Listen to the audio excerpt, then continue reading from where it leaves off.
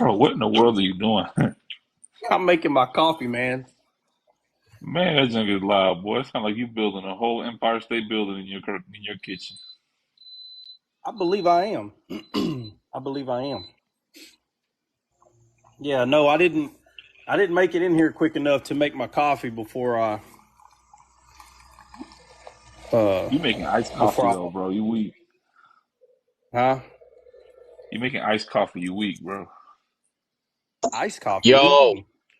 We can hear the ice Yo, machine. yeah, but I You don't make making a iced flip coffee. coffee. I You making just a throw flip like coffee, bro. no, I throw 3 or 4 ice cubes in there, bro, so I can like drink it fast. Like I already sip my morning coffee. I'm just trying to get some Some extra iced in there. coffee. No, iced coffee is cold. Bro, if you grab coffee, you put ice in it, it's an iced coffee. Ain't that right, Flip? 100%, sir. See? Told you. Bro, so you're saying iced coffee's not cold? That's what you're saying, bro? When Are you you It's put not serious? ice even cold. Okay, so let me get this. Let me get this straight. I want to make sure I understand. Hold on a second. So if someone takes an ice cube and they stick it in their coffee, and it's still like 100 and something degrees after the that piece of ice melts, it's still iced coffee. Hey, It's ice coffee it's once you put the ice in there, Nah, nah, yeah. nah, nah, nah. Is it yep. still nah, nah? Is it still iced coffee? Yes. When you put Yeah. ice and coffee together, it's technically iced coffee. Okay, so there's no okay. Hold on. So there's no ice in it, but it's iced coffee.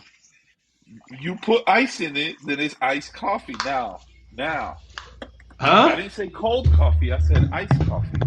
That's iced coffee, Bro, brother. no, bro. If it melts into water, it's no longer ice. What are you talking about, bro? You drive me crazy with your way of thinking. How's it You still made ice? It It's, was ice you in made the ice. coffee until No, it you made iced melted. coffee. You made iced coffee. It's Oh all my good. god! And that's why you call a bowl of fruit cereal. Oh my lord, this guy. It's nature cereal, bro. not cereal. Oh my lord, Nature have mercy. cereal. My lord, I don't know who taught you that. I need to talk to that person. Oh We need man, to that talk to junk that is person. We need to have to amazing, talk. bro. I'm telling you, bro. No, Amazing. fruit is amazing. Fruit is amazing. I'm No, with you. you Who in the gotta world? have it. You gotta have it with coconut water, bro, so it can be cereal. Okay, Without the now I coconut will water, then admit, it's just cereal. I will admit, I've never eaten fruit with coconut water, but I'm gonna try That's it. I'm gonna try it. that's what makes it cereal, though. And if you can get pomegranate, you lucky, bro. That's what makes it cereal. Oh my lord, this guy. Ah, bro, your If you definitions get kill me, bro. I'm gonna have to listen, take you back through third grade English. bro, if you get What? What are you gonna say?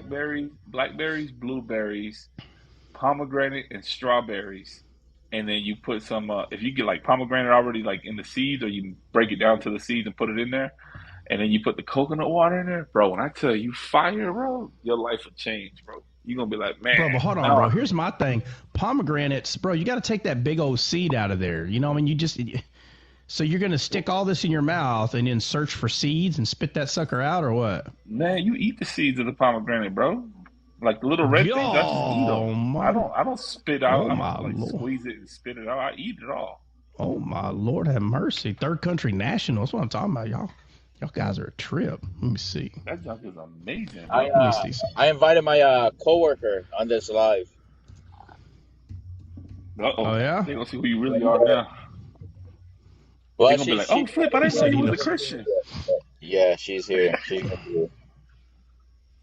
Hey, Flip, she gonna be like, oh, Oh, I didn't know you were a Christian, Flip. No, she know yeah. I told her and she was like, "Oh, what do you do on like what do you do for church?" And like, well, my church, I am the church, but I fellowship on TikTok and all that. And then I told her about Mm. like, the scaled and all that, and she's like, Pastor "Well, that Philip, sounds interesting. I want to I need to join." get a I was hammer. like, "Yeah, here." So I shot her the link, man. She's gonna be here. Oh, well, cool. Yes, Well, sir. It's got a guy that ain't awesome going nowhere. then. It's got that wood that's gonna hold it. I gotta get a Benny, hammer to Yeah, you get it. Benny, you unmuted, tell bro. him. Benny, you tell him, Benny. Uh oh, my You bad. tell him, Benny. They Good got that morning. wood. That wood's got to hold it right, man. Got to put it upright, man. Tell them don't forget the staples. It's heavy demolition day today. Uh-oh. Big boy Legos? Y'all playing big boy Legos today? Well, Benny got all the muscle in the world to knock down the wall just by looking at it. Y'all. He's like, get down. Right. The What's wall be up? like, What's up, I best want no edit? smoke. What's up? What's up? What's going on, man? What's the deal? I'm just gonna stay in the live. It's fine. يعني انت حمار. I wanna like come. It's fine. Huh? I'm sorry. Can you repeat Well, that, best edit? Can you hear hey, me good? best edit. We hear you a little bit. What's your first language there, buddy? My first language that I speak, Yeah. Urdu. Arabic. Yeah. Oh, close. How long have you been speaking English? Around 5 years. Well, I tell you what, you definitely speak better English than I do Arabic, so I really can't give you a hard time. Can you slow down, though, so we can understand what you're saying? Okay. What's up, man? What's going on? So how's your day? Amazing. How was yours? Good. No, you got to say amazing, man. Your day's doing fantastic. Yeah, amazing. I have a feeling Yeah, it's there going to you be go. I have a Now, question moment. if I put a Jesus in your life, you'll be doing amazing. See? That's the difference Yeah, right there. Jesus is a prophet and like, good. Yeah, but Jesus will make your life amazing is what I'm telling you. Of course. Yeah, good. I'm glad we agree. What's going on? What's going on? I'm doing awesome, dude. I'm doing amazing. How are you? What's up, brother Paul? Starting up, your man? amazing day.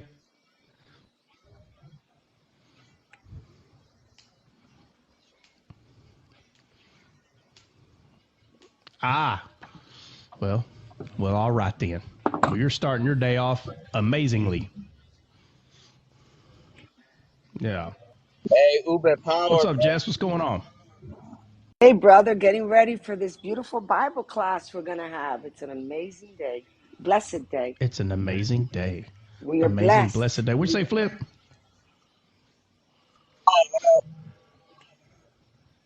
What? You call me? Hey, what's up, man? Oh, Hey, I thought you were saying something. Assalamu alaikum, Katab Hayat, man. What's up? Oh, Malaikum Assalam. Alaikum عليكم salam, السلام man. ورحمة الله وبركاته. Hey, alaikum salam, Katab Hayat, man. أهلا. I just know the Scooby-Dooby-Doo, I love you. Yeah. That's my shahada. Yeah, in America, that's what we say. Scooby-Doo, that's how Every I think. every country is different, man. All I know Yeah. is the Scooby-Dooby-Doo. Yeah, you go to the Arabic nation and it's salam alaikum, malaikum assalam. You go to I don't know, Venezuelan or Mexico, it's como estás, buenos dias. Dios te You know, it's bendiga. different. Well, In you gotta Spanish, we say, say Dios you te gotta say, bendiga. Dios te bendiga, you gotta say, Dre. Dios te Oh, bendiga. You gotta say, Assalamu alaikum wa rahmatullahi wa barakatuh. Then you would get them going. oh.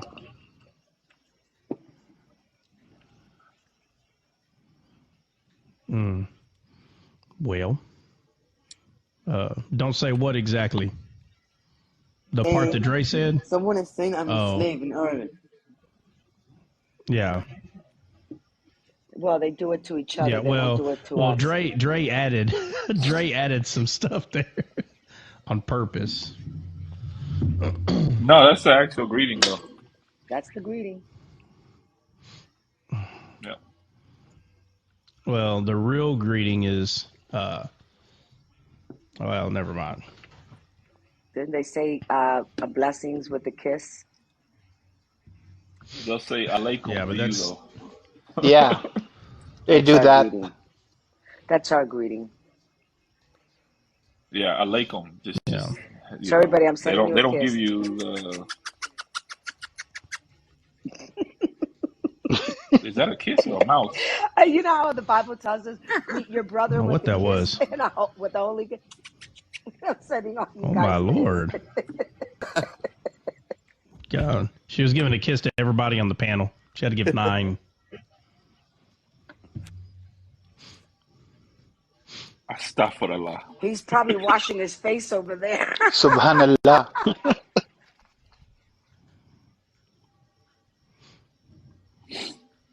Anyways, Allah Yeshua. YOLO, what they do? Dre is something else, man. Dre, you crack me up. Well, all right. Hey, is Can we that do two the kangaroos on each Passover side of you, shadow? YOLO? Can we try? I'm sorry, Dre. Yo, sorry, bro. It look like you got 2 puppies on the side of you, but I'm gonna say those are 2 kangaroos because you in Australia, bro. That's right. 2 dogs, It's brother. cooler to be like, yeah, I got my 2 kangaroos with me. What you want, a box? Yeah. How's your day, Hey, he needs to make that video, bro. Have you seen the video where everybody's bringing their chickens to the fight? Have you seen that? Their chicken Yeah, they posse? do it in He needs to Latin bring a America. kangaroo posse behind him. Oh, I see what you're saying. I got no Yeah, chicken yeah. posse. Have you seen it? Yeah, you need to have kangaroo Max posse, told bro. me Have to about do like one. 5 or 6 kangaroos behind you. Max Yeah. told me to do all my chickens. I was like, nah. Then I got to get them back in the coop. Them jokers don't like to go back in the coop. No, they never do. They never do. They will. Hey, they will if they know what you got in your hand. They're gonna follow you all the way back in that coop. 100%, man. The corn, bro. The But corn. you know what? Corn always works. Yeah, I do. I got the corn. But you know what? My new chickens, bro, like the new 10 that I got, they're so freaking scary, bro. Like my other chickens, I could grab them. They run to me when they see me. But these new 10 baby ones, well, they're like teenagers now. They are scary, bro. As soon as I open the coop, they fly out of there. They run. I'm like, dude, what's wrong with you guys, man? I Like, feed you. ah! They Yeah, see they your go face, crazy. Dre. When they see your face, they're like, "Oh, here he comes." Easy. You know what? Maybe they hear your kisses. Easy. Probably, Like, Oh, exactly. they're running, Astaghfirullah running, al-Azim. boy.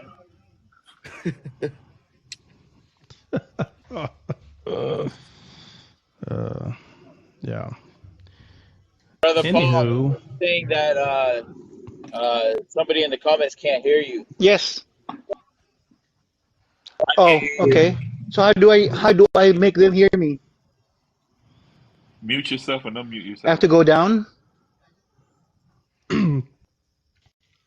Did just that. Yeah. Actually, let Trot mute you. Trot, you Hey, mute is him this and then good? let him unmute. Yeah, they're saying he's good now, so we should be good. Good morning, Yeah. everybody. I hope morning. got Not, coffee.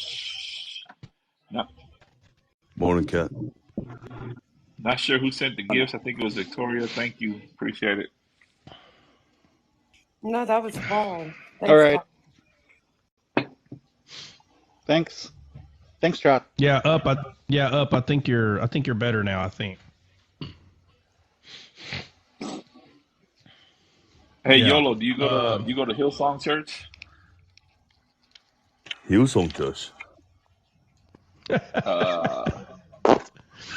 I guess no. He's like, what is that? Yeah, what's that? That's over You at know Sydney, I Hillsong has think. Hillsong has the best belly music, bro. Yeah, they do got a lot of. They do got a lot of music. I'm still No doubt. give me time, bro. I'm still learning, so I go. He's like, bro, I'm trying to figure out how to stop punching my kangaroos. You trying to tell me to go to church? It's like, he's like, let me stop hitting one kangaroo at a time, man. One kangaroo at a time. I'll just keep Yeah. one hand in my back pocket. There you go. Yeah, absolutely. All right, what part of the New Testament y'all want to hit? Seems The Old like Testament can we go to Oh, the Old Testament and it goes into the New Testament? I wanted to do. We haven't done the shadow of the Passover. oh, absolutely, we have. We did Yes, we when? did. 100%. Oh yeah. Well, I mean, 100%. Yeah. I can't tell you What? exactly when, but I know for a fact I've done it at January. least once or It twice was. already. Oh, It then was I March forgot. 23rd, 2023. Okay, then I forgot. I'm sorry about that. Well, anyway, Dre's got a date. Dre's got a At date. 10:30 in the morning. At okay, yeah, at a well, we could do according it to different way. Flip, at approximately. Flip, That's Flip because made a sometimes video. I'm there, bro. That's why I Yeah. put Nah, my it was phone funny. on. Oh no, it was funny, bro. I busted out laughing. He was like telling people, "Hey, man, you need to go to Descaled. It's awesome, this and that." And it I starts at don't remember that approximately one. 7:30. Hey, For some, I'm using your lingo, man. I have a question Oh, for it okay. was you. hilarious. Okie Bruh. dokie. What is the Oh man, it was definition? hilarious. Then who else has a suggestion? I have no FYI, idea. my coworker's tuning in right now. Her name's Myra. Myra Love. She in the comments. Myra Love. Yeah, Is that a nickname? no, that's her name. Hey, can we go Oh, over why we don't pray to the saints? oh That my one. Lord. Let's do that one. Let's do the 10 Commandments. Let's start with the second one. Oh Oh, my goodness. Lord. That's the Jesse one want Dre all the wants to smoke. do. Dre just said, Uh, can we go over why we don't pray with this to the saints? So let's do the 10 Commandments and let's start with the second one. That's for Dre. uh, yeah, Look at Dre. let's just take 2 minutes and go over the entire book of Revelation. Ready? No. Nah, that's boring. I did that Hold on. yesterday. Let me screen record. Hold Oh my Mean Lord. record I'm who? on. Yo. I did Can we that talk about the yesterday. 400-year gap between Malachi and Matthew? Oh my Lord. Big put and go. Oh my Lord. All right. Can we talk about the dove that ascended on Jesus when he was baptized? Hey, can you tell us about the What? book of David that Chronicle talks about? The book of Chronicle talks about the books of David. What's up with that? Yeah, well, the book of David is the book of David, so it's obviously going to be in the Chronicles. You talking about the Chronicles of Riddick? Oh, no, not those Chronicles. No, not those. Chronicles of Riddick. Can we talk about Amos then? How the pastor comes and the shepherd comes and rips open the mouth of the lion and will save even the leg.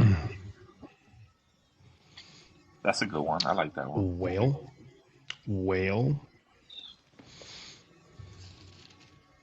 No, really, what do you What want to did talk about? Don't be bringing up no crazy stuff. Bro, I'm not lying. I I never like lie. your That's you. I like how you You guys are lie talking under to each other. Trot lies under the premise of exaggeration. Yep. Well, in Texas, that's not lying. It's just our geographical locations differs, and that Yeah. becomes an issue. It's not But the lying Bible here. says thou is a liar. No. God says He knows your heart. God says He knows your heart. Yeah, you So lying in your you're just heart. no, you're lying in your heart by calling me a liar. uh, Because you know I'm being sarcastic, and you're like, no, I'm gonna bear false witness anyway. nah. You doubled down and made us look through a website and everything to prove that it was 25,000 square feet. Doesn't matter. Doesn't Yeah. matter. Let me see. I'm trying to think. In the New Testament, what parable have we not? We didn't go over the vine dresser. We haven't go over none of the parables, just like a handful of them, maybe. Oh, in the New Testament? Yeah, we've only gone through a handful of them, bro. Oh, well, maybe we need to go through some more of them then. I told you go through the Beatitudes one time, and you was like, "Ah, nah, that's too boring." Let's go over We've the already shortest been. parable. Let's go over the shortest parable. The parable where the woman hid in 3 measures of meal. That's I in think it Matthew is. 13, I believe. Yep, I read it yesterday. Matter of fact, I was going through 13 yesterday. You know what we talking about, Trap? Yeah, I don't know where it's at though. I believe it's in 13:1. Maybe no, it can't be. I mean 13. Yeah, 13:1. Let me see. No, They're Matthew all in 13. 13 is The majority of no them are. Matthew 13, Mark 4. Those are parables of the sower. Nah, bro, it goes several parables in there. Mustard seed, leaven. It says the No, kingdom of God is like I'm unto talking about from the leaven. beginning. Oh, that so is a good seed. The treasures, just after the treasures, the dagnant. Again, the kingdom of heaven is like unto a net cast into the sea. That's not it. The rejection. It was like a country. I know I read it yesterday. Prophet without honor. And, you want to talk about? You want to talk about a prophet with no honor in his own house? That's why you can't preach in your own crib. Yeah, that's why the woman doesn't respect me. That's right. I want to go That's over the right. 10 virgins. You never went over that. Yes, I have. Oh, you have. Then I Mm-hmm. must have been absent. Where was I? I don't know, bro. You were approximately not here. Same question I asked when I said the Passover. What was I? Oh, bro. You were No, we definitely went. approximately not here, Jess. Matter of fact, Jesse, we went over the Passover the same time we talked about Jonah, the same time we talked about um I'm sure I was the here. tomb. But it's probably Yeah, been a I have while. it. But I have. it had to be a while ago. Yeah, I mean, we're gonna Had to be eventually a have to while start ago. going over this stuff again, just to make sure there's some Yeah. new people coming in. I just thought it was cool. There was something I was going over it, and it was just it didn't click in the past, but it clicked now. So I thought it was neat about the Passover. I might need to get my Bible, bro, because this is not working. This phone is not working Hey, for me. Benny, where is that, bro? Because I literally thought it was in a certain spot, and I can't find it either. I have Let to me I thought look, it see. was in man. I don't 13, have it bro. on hand.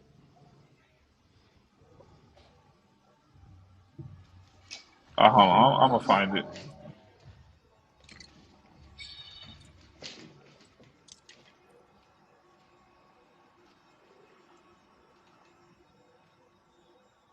Hey, why don't we do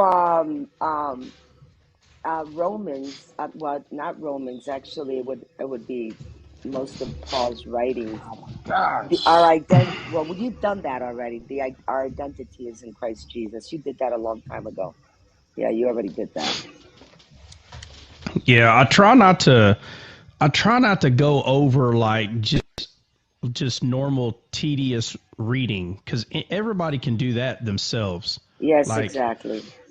I mean, you can pick up your Bible and read it yourself, and I understand like parables and stuff like that, and like a lot of the big parables in the Old Testament. Man, I get that, but I try not to take away something that, in my opinion, is actually easy to grasp. Like the Book of Yeah, Romans, like that thing can be understood if people would just like pay yeah. attention, just slow down, pay attention, and understand that Jesus didn't pick the wrong quarterback. Okay, he picked the right guy, a guy that was educated, that understood a difference between a noun and a verb, and Mhm.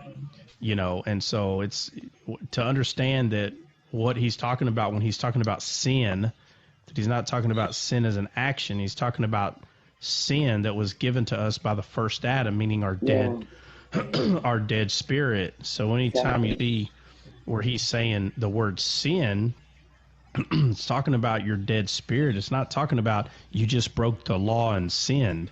And Mhm. so, and so with that understanding that's when you need to go back and read Romans because 90, I don't know what the percentage is exactly, but I'm going to say it's in the high 90s.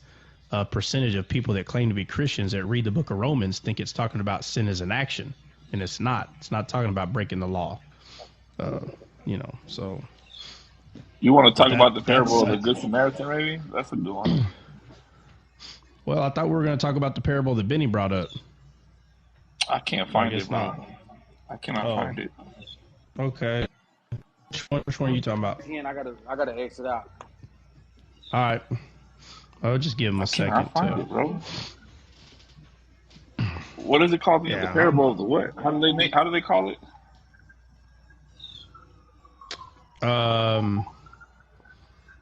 The parable of the hidden wheat, I think. Oh my God. What is the topic? What is the topic? Jesus is the topic. It's the 3 measures of meal. Isa? No, Jesus. Isa is camel. Yeah, in your language, yes, but in English, is, huh? This means Isa in Arabic. No, it doesn't. It means camel pee. Yes. Yeah, I know, but in English, it's Jesus. So if you can talk English, you can say Jesus best. My name is. Yeah, no, I better not try to say that. I don't want to hawk up a lung. I'll just call you best.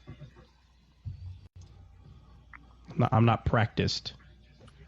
What is you said the parable of the 3 meals?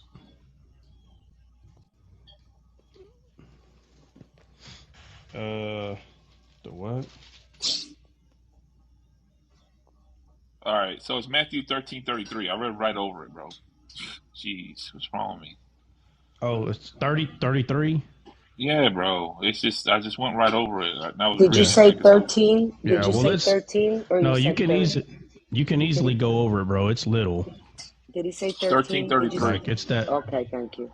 13:33. Yeah. So I mean, it's like one of those small towns. It's one of those small towns, bro. Like in the whole town, there's only one blinking light.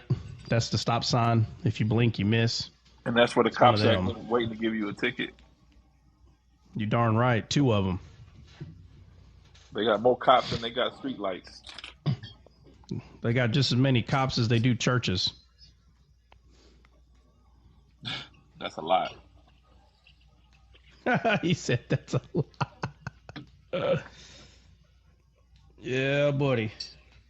Hey, Benny, you back? I think we found it, Benny. Yeah, I'm listening. It's just a lot of noise, so I'm here. All right. All right, so it says Matthew 13:33 says, another parable spake unto them, the kingdom of heaven is like unto leaven, which a woman took and hid 3 measures of meal till the whole was leavened. Yep. Let's see. Where's the? I'm barely getting there right now. You said 33. Yeah, right here. Mateo 3:33. Mateo.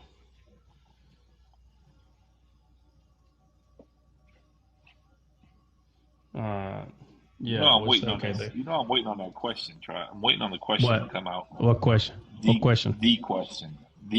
What's that? What? The regular Islamic believer question. It just hasn't popped up yet, but I'm waiting on it. It's gonna come. Oh, yeah. It says, patience, my dear brother, patience. Wax on, wax off.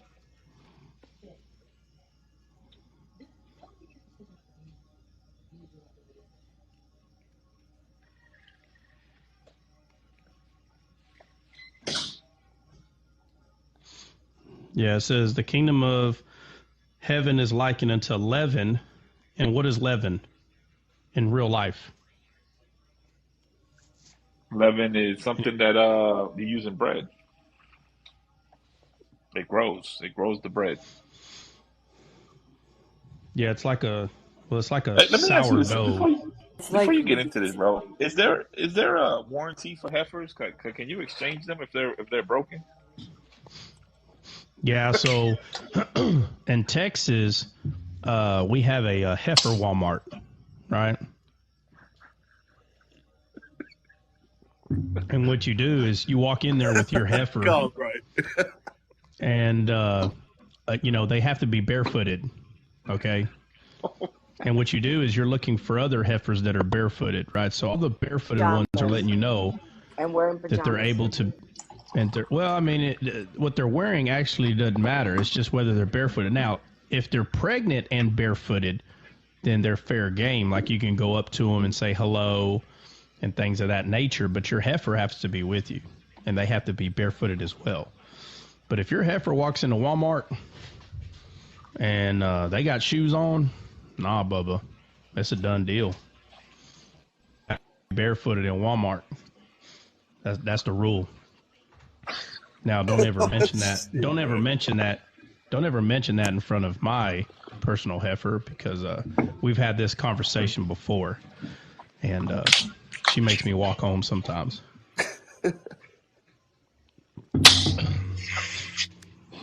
Yeah. So you always have the joke, right? You have the joke like, can the women trade their men in, or can the man trade their women? There is I don't know if it was a joke or I think it was a joke where, man, I don't remember where I heard it, but it's like a woman walks into the store and they're like, all right, in this building is any man you would want. Oh, and on yeah. the floor, and it's like, and on floor one, nice man. But if you go to the next level, it just gets better, and I don't know, I think she goes to level 2, and not only is he nice, but he has a decent job, and gets to level 3, and he's nice, decent job, nice looking, and then you go further, and he eventually he just has more money, instead of one ab he has 2, and then it goes or something, and then I think the last one is like he's good looking, he's good looking, he's tall, he's rich, he's nice, he's kind, he's romantic, and he's a man of God. And they say, but we have one more level left. And he's a man of God, and yeah, and then the woman just keeps going, and I think the part of the joke is like, but if you go too far, right? Can't go back. Oh yeah, that's right. You can't go back. Yeah, right. You can't go back, and then it just goes over this, the woman's never happy kind of thing, man, and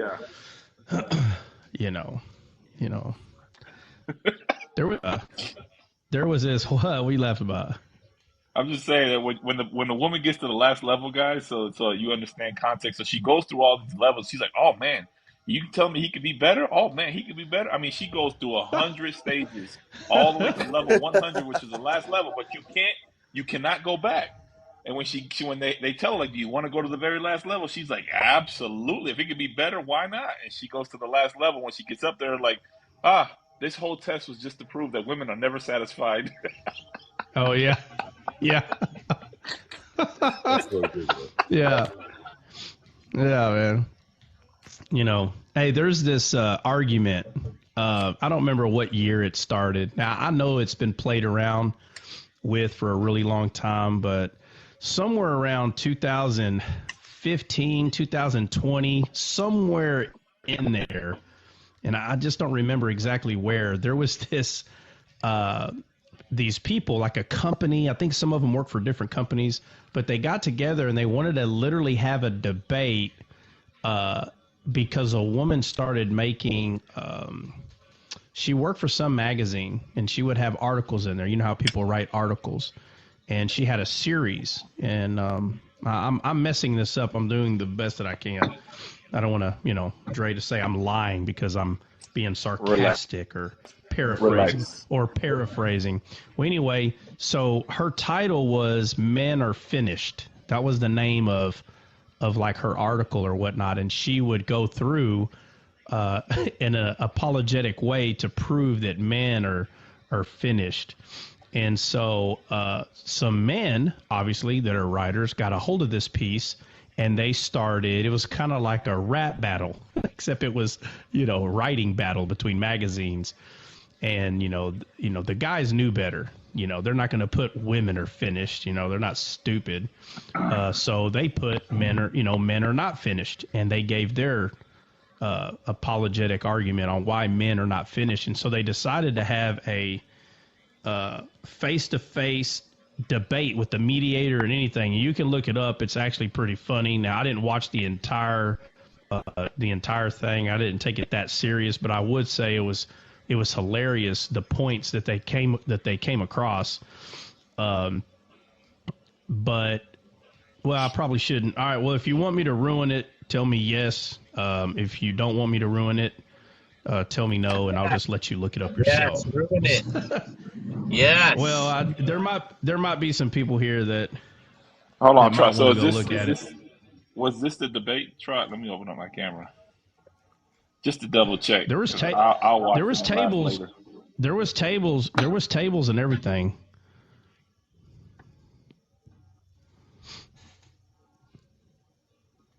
That looks about right. Is that it? That looks like it. How long is it? Oh man, I don't know. It's an hour long. An hour long debate. That sounds about right. That sounds about right. So they're literally going to have a debate. Like that looks just like it, dude. What year was that? Does it say? It does, but I can't really. Hold on. Let me see if I can. This was back in 11 years ago, bro. Okay. And it's about. I think it's the lady that wrote the book. She like wrote a whole book on Men Are Finished. Oh yeah. Oh yeah. She got upset whenever people started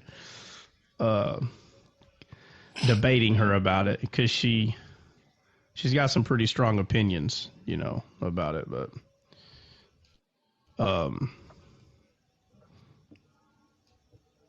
yeah. So we the have book. three people.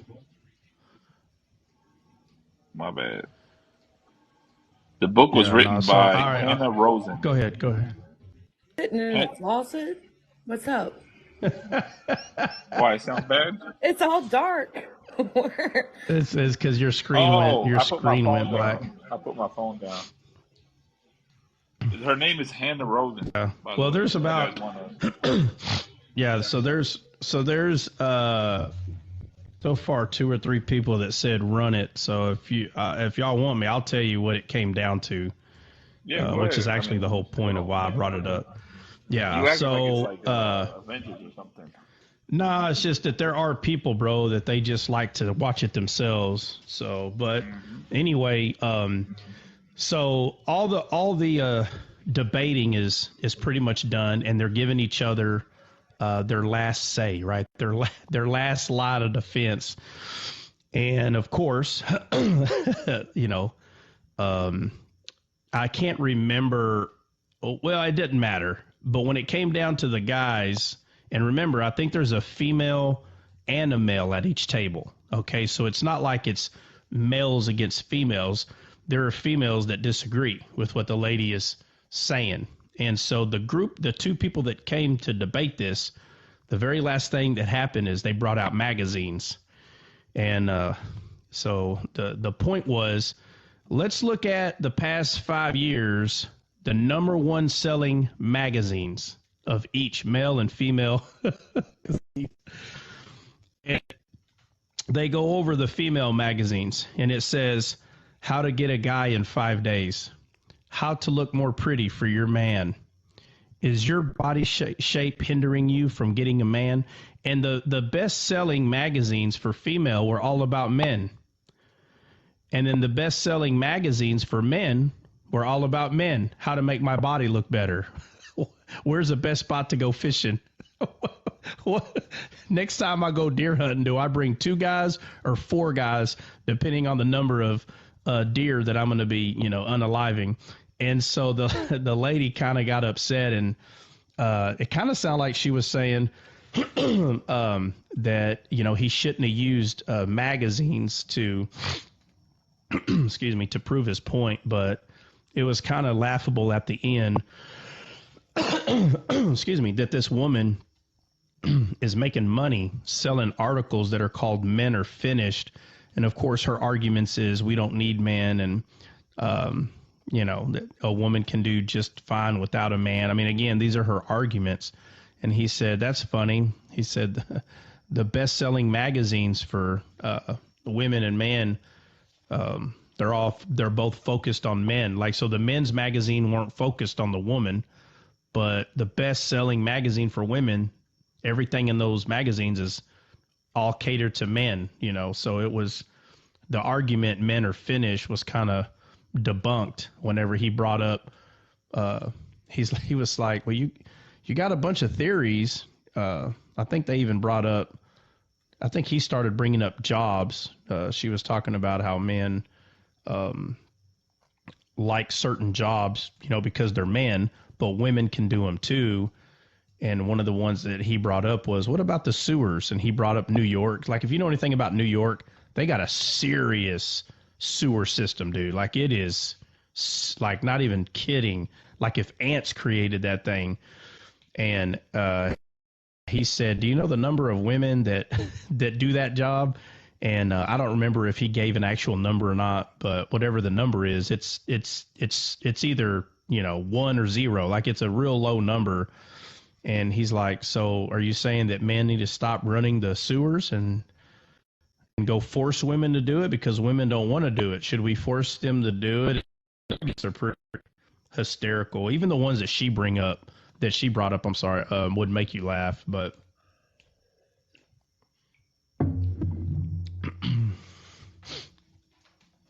let me see. But either way, so what'd y'all decide, Dre? What are we talking about? Instead of the digression of the men are finished. Bro, we just read the you're supposed to talk about that parable, the Leaven parable. Oh yeah, that's right. All I did was read it. That's right. I'm still trying to figure out Yeah. how we got on this conversation from that parable, but go on.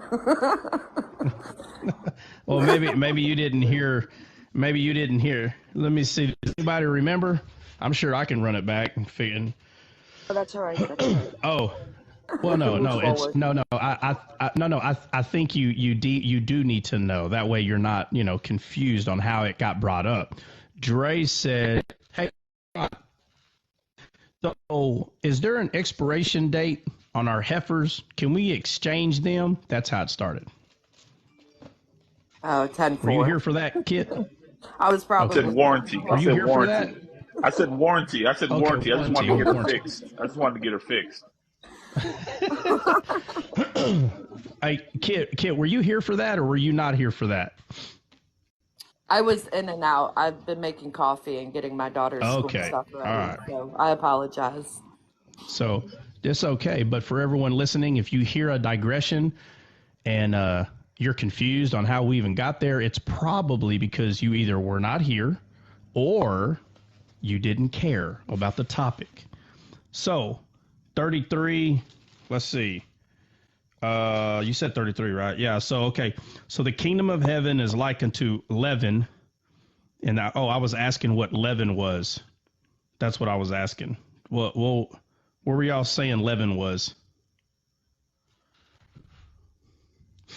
Like in real life, what is leaven?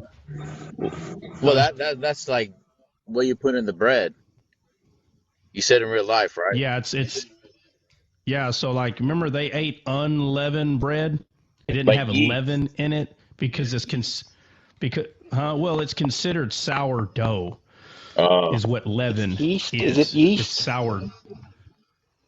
Well, yeast is what you use to make that dough. Yeah, you can actually say, I don't know if it's actual yeast or not, but I'm pretty sure if it's not, is real close to it because it's what helps the bread rise, and that's what yeast does. It is yeast. So, it is yeast, bro. Yeah, it helps it rise. I know that, but it is considered sour. It's sourdough once you put that in there. That's what it's considered, sourdough. And if you know anything about sour and sweetness in the Bible, then it'll help you understand. So it says, kingdom of heaven is like unto leaven. It says, which a woman took and hid in 3 measures of meal till the whole was leavened. And then where is the let's see.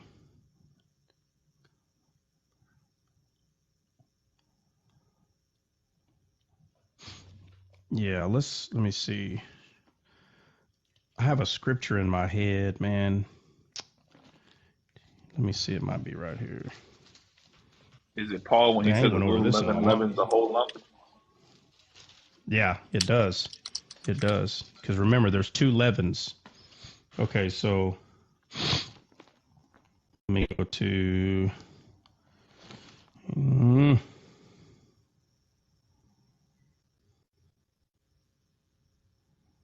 No, that's not it. Dang, man. Okay.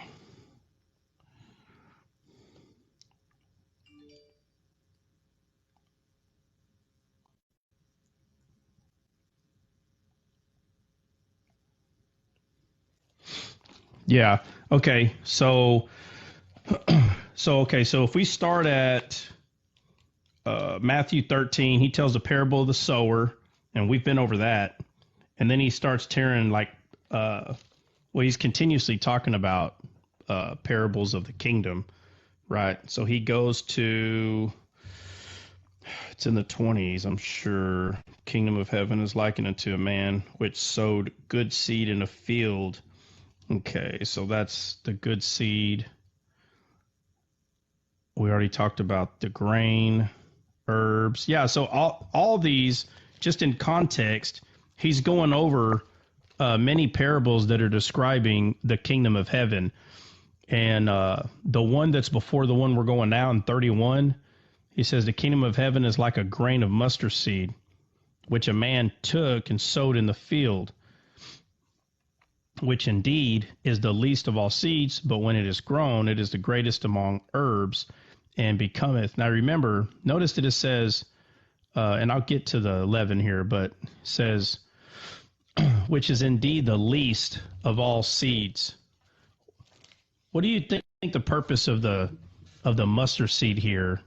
What would be the purpose of it being used the way it's used? He's talking about the kingdom of heaven.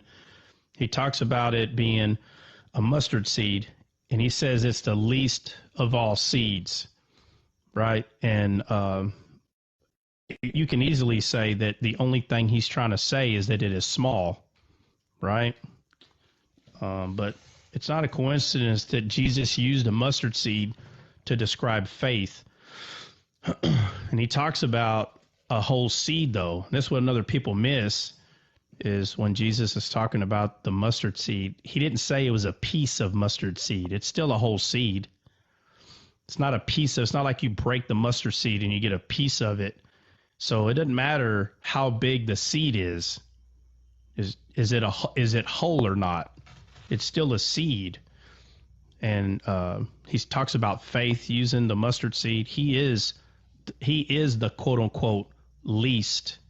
It's him that's the least. He's the one that became nothing for us. He's the one that where's the verse that says, let me see.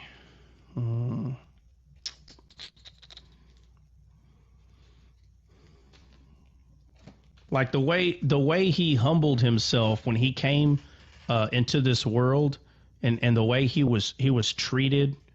Like he didn't come up here acting like he was the best. He came to this world literally acting like the least. That's how he acted. Like his persona. You'll hear people say, well, why didn't he just come and just pronounce he was God, like clearly, and prove that he was God? But he was the least of people. People didn't see him as something amazing or great overall. Let me see, to Matthew, and I'm only saying that because of what the parable that he gave next. Yeah, indeed is the least of all seeds, but it is grown as the greatest among, and becometh a tree, so that the birds of the air lodge. there. So it's a growth. So, the parable that he's talking about before he talks about the leaven is how it grows into this thing. And then so when he says it's just like leaven, and do you think it's a coincidence that he says woman? And they're like, well, no, in those times, it was a woman that did most of the cooking. Yeah, but I'm just saying, I understand that. I understand the historical event. But again, it says it's liken which a woman took and hid 3 measures of meal till the whole was leavened. And so it's just not a coincidence again that it's a female that's hiding until something is full. It's just not a coincidence again. And so the carnal mind could not see Christ that was hidden in the Old Testament. It wasn't hid. And do you think it's a coincidence that the number 3 is being used? Jesus could have easily said she hid it in 4 or 6 or 9. But it was 3 things that was hidden from the carnal mind. And we know that is the Father, Son, Holy Spirit, spirit, soul, and body, the attributes of God. These things were hidden until it became whole. Talking about us, talking about our uniting back with the Father, which also talks about how we procreate spiritually. I think me and Dre were talking about this the other day. That oh man, I'm over here. Let me see. Staring into space over here. Brett, what's going on, bro? What's up, brother? Didn't Jesus say the least would be the greatest too? Yeah, but I was looking for the actual verse and I couldn't find it. But a lot of these parables, again, Jesus is telling them from the way that he knows that it's true, and there's no other way. And so even though this parable seems very small, and I don't know if it's the smallest, I think it is, but it's the impact of this one, oh man, I just had it right here, of this one parable literally tells you a mouthful. So let's look at everything it's so small. It says, the kingdom of heaven is likened unto leaven, okay, and we know that makes bread rise, which a woman took, and spiritually, it's the spirit that does these things. Only the spirit can hide, right? Proverbs 25:2, for it's the glory of God to conceal a thing, but it's the honor of kings to search out a matter. And so we're the kings that search those things out. But it's the glory of God to conceal it, to hide it. That's his glory. And so we have a woman, which is representing the spirit, and it says, and hid 3 measures of meal till the whole was leavened. And so there's a lot being said here. This is God talking, and he's explaining what the kingdom of heaven is like. So black letters on the white page, it's very simple. It's like a woman in the kitchen that puts the yeast in the bread, covers, and it rises. Self-explanatory. But when you start understanding the way Jesus authored this entire thing, he's saying something else, and it correlates with everything else in the Bible. You know what's funny about the quote-unquote, metaphors, parables, allegorical truths, whatever you want to name it physically, they all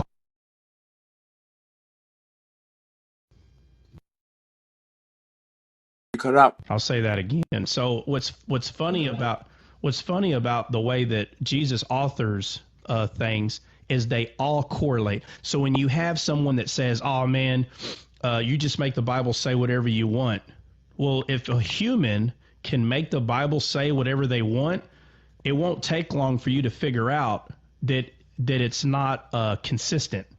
It won't take you long. It's not consistent. It's all over the place. But if you are able to go all over the place in the Bible, but yet everything is consistent, So something else is happening here. How is it so consistent? And the only way that it's so consistent is because Jesus, who is God, authored the entire Lamb's Book of Life. And that's what the word is. The black letters on the white page is man's testimonies. They were very important. They had to write them down. That's the only way that a man could study and understand God. He gave us scriptures. That's what he gave us. That's what Paul had. That's what everybody had. Moses had the physical attributes, which is the ark that he built, something that he saw. He had an actual conversation with the tree of life, and then he wrote about a tree that brings things to life, the tree that he tossed in the bitter water that made it sweet. These physical things were happening, and he wrote about them, so on and so forth. All these people separated over 1,000 years wrote everything so consistently that it's hard to fathom how that was, able to be accomplished unless you believe that there's a God, and then there you go. There's obviously something else, and I am talking about people that don't even believe there is a God. It's just real hard for them to understand or to fathom, and so there's even believers today, they'll hear you talk about things like this and they'll tell you, oh man, you just say whatever you want. And you're like, okay, so how am I saying whatever I want and it just remains consistent? Like, so what you're saying is that anyone that is claiming that they understand how the Bible is written, you're saying that they're either a liar or what they're reading is that's not what it means. But either way, you're disagreeing with two things. You're saying the Bible don't say that, and the person is basically making it up. And all you're doing is showing your maturity level in the word. So, this whole argument that something's wrong with the black letters on the white page, I've heard someone a few days ago say, what do you mean? So you're saying that he said, so you're saying the black letters white page don't matter? They matter too. And it's like, of course they do. Like, what? That'd be like having a conversation about God's grace. And because you're only talking about God's grace, somebody comes and goes, hey man, how come you're not talking about the law? Like the way they hear what you're saying is just so contrary to what you're saying. They think because you're not condemning sin that you're saying that sin is okay. And you're like, brother, I've been talking for 30 minutes. Like where in anything that I say that sin was okay? Well, you're not condemning it. Oh man, bro. And there's the problem. That's because Jesus condemns sin in the flesh. Do what now? What'd you say? Well, we shouldn't be condemning people. We shouldn't be condemning people in sin because it says that Jesus condemns sin in the flesh, correct? What's that mean, right? When it says Jesus condemns sin in the flesh? Well, first off, Jesus killed sin in the flesh, in his flesh, on the cross. So sin's already been condemned. Sin is not the issue. Sin is not the issue. The point I'm making is they don't hear you condemning sin. They don't hear it because that's how they think you're supposed to do. They think you're supposed to tell people not to sin. Like if people are stupid, like you have to tell them that. I hate to pop their bubble. It does not take the Spirit to tell people to behave. That's why the Ten Commandments were physical objects. That's why when Moses spoke, he spoke as a physical man telling people to behave, right? Thou shalt not do this. Thou shalt not. That means to behave. That's what that means. And you're telling me that an atheist man who's not saved, he knows how to tell his kids to behave because he has the Spirit of God? He's not saved. It does not take the Spirit of God. There's no spiritual wisdom to tell someone to behave. That's why Jesus said, if you only love people who love you, what's love then? Right? He's making it very clear. Anybody can be kind to someone who's kind to them. Anybody can do that. But what he's pointing out is, what's love then? Because love is only called love when it's given to someone who doesn't deserve love. That's when love happens. Love is not between you and your wife and your kids running around and y'all are smiling. That's not love. Y'all are just not in a bad mood. But let the wife or kid do something bad, and now let's see where love is then, at that moment, right? So this false conception, this false idea that if I'm smiling with this person, everything's fantastic and lovable. Okay, well, let's let this person steal some money from you.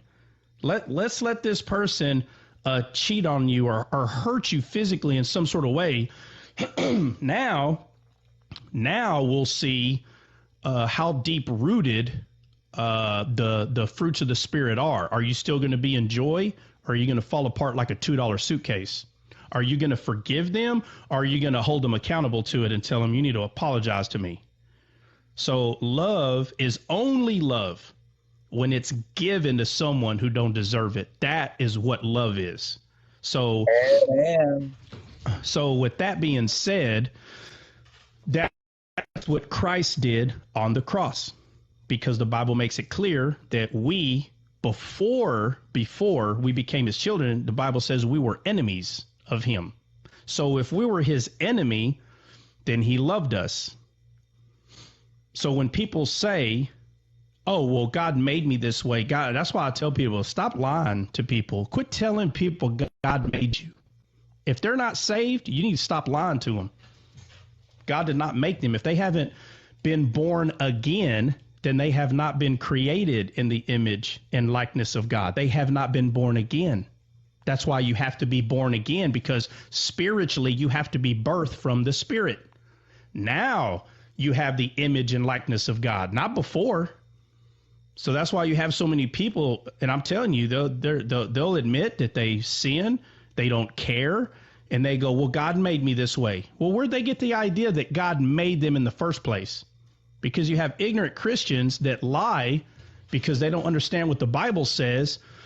So they're trying to say whatever they can to get people saved. And they're trying to, let me tell you something. You don't have to lie for God. I can promise you, man. You don't have to lie for God. You have to tell people the truth. Well, God made me this way. Oh, are you born again? What is that? Have you been saved through the Spirit? No. Well, who told you God made you? You need to start questioning what people are thinking, man. You need to stir the Spirit up in there and get them to start questioning what they're thinking. You just sitting there allowing them to believe that God made them and they're not born again? No. So when a person becomes saved and they think they're supposed to be under the law, because that's what I was referring to from the beginning of this, like, and they don't hear you condemning the law. Well, the reason why they think that you need to be, condemning sin, the reason why they think you need to be condemning sin is because we're under the law. That's why they think. So when you're talking about the grace of God, it's not enough, because you need to condemn sin. And if you're not doing that, then they're going to come get you. They're going to come tell you that what you're preaching is wrong. And notice a person that preaches grace, love, mercy, 90% of them, a majority of them, they don't go law hunting. They don't go hunting for people that preach the law. But the people that preach the law, they go hunting, buddy. They go hunting to those that are saved through by grace through faith. They go hunting. You know why? Because they're Saul of Tarsus, legalistic. They're going to go hunting. Oh, boy. They're jealous. They're jealous, right? That's what it is. They're jealous. Yeah, well, they don't see it as jealousy.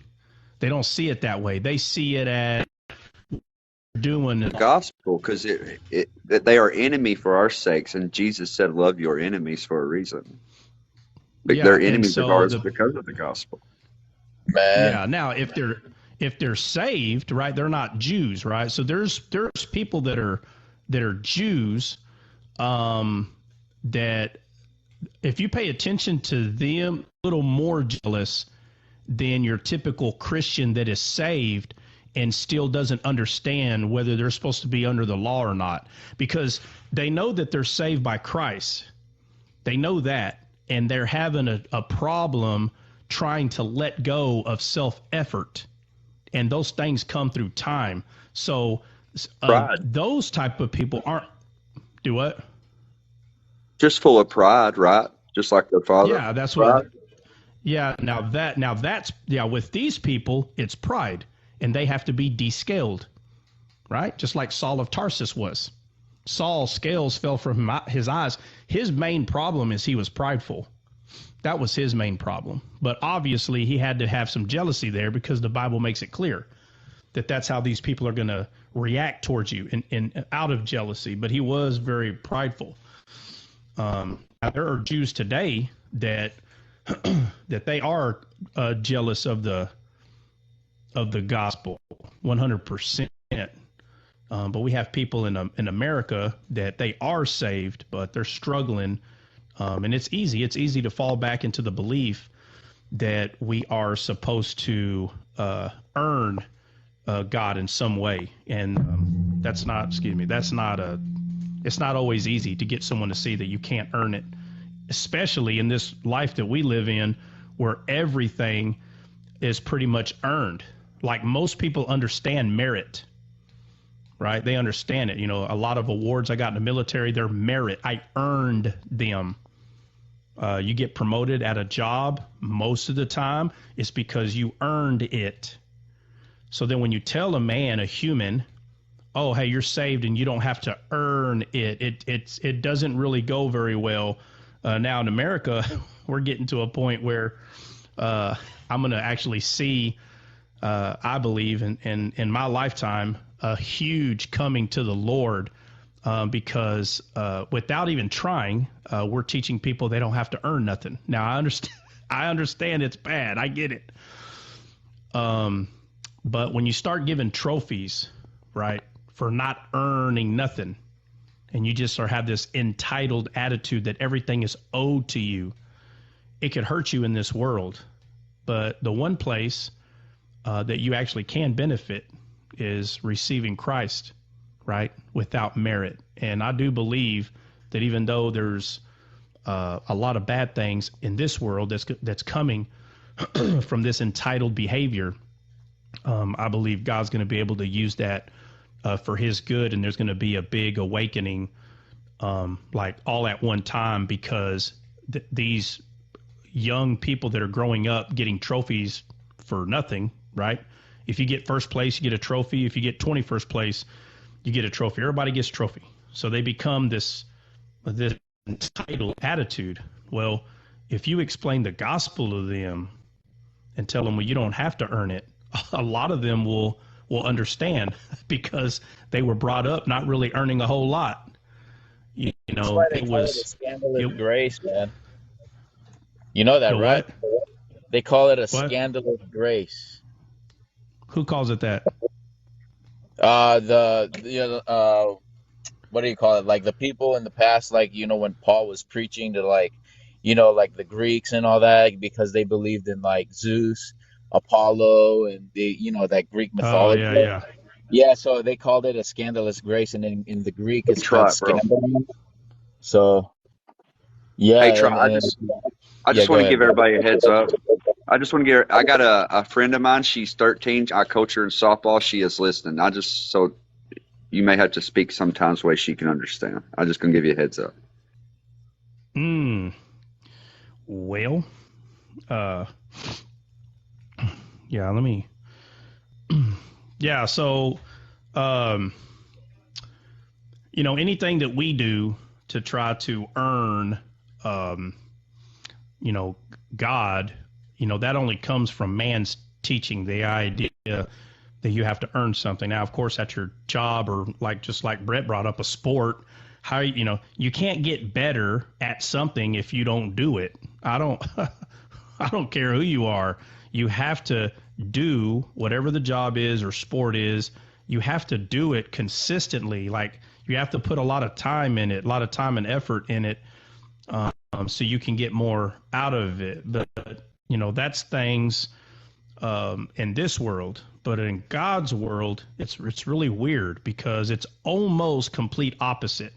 Like there's a very small portion of you doing anything, and it was all based on what Jesus did. And so it's hard for some people to convert that over, or to say, I can do this on my own. That becomes an easy thing because we're so used to doing things on our own. But what Jesus did was enough. And what we were talking about initially was one of the smallest parables in the Bible, which is in Matthew 13:33, and it was just referring to a woman putting yeast in bread, right, making sourdough. But it was talking about how she hid 3 measures of meal in the yeast, and it all became one.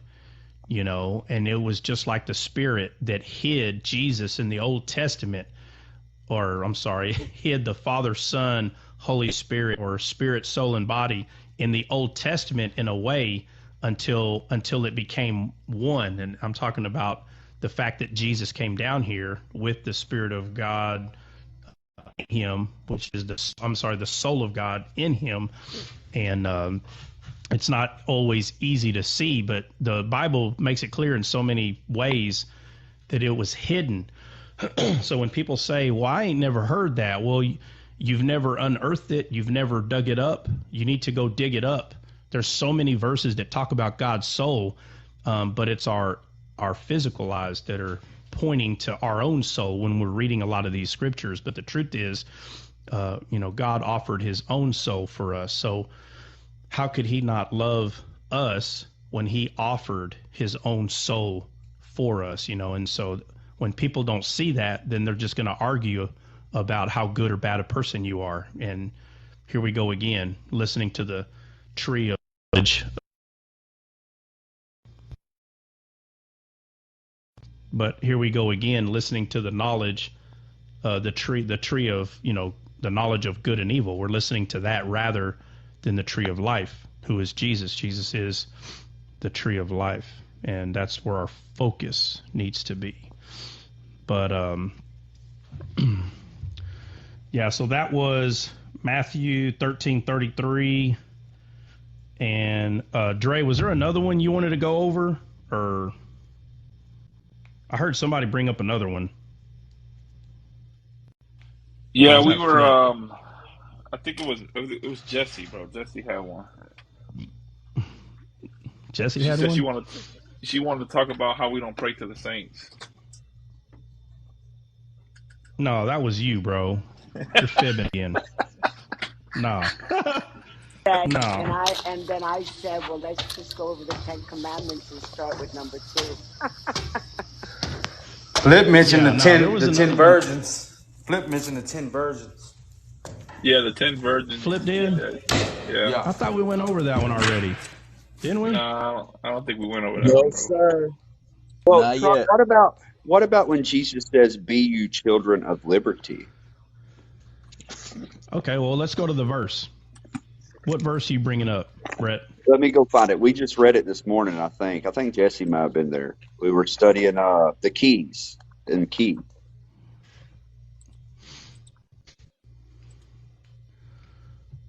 I'll say Yeah, the children of freedom.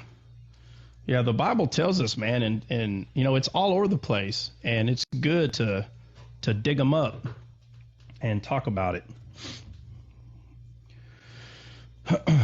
Let's see. Nobody found it yet?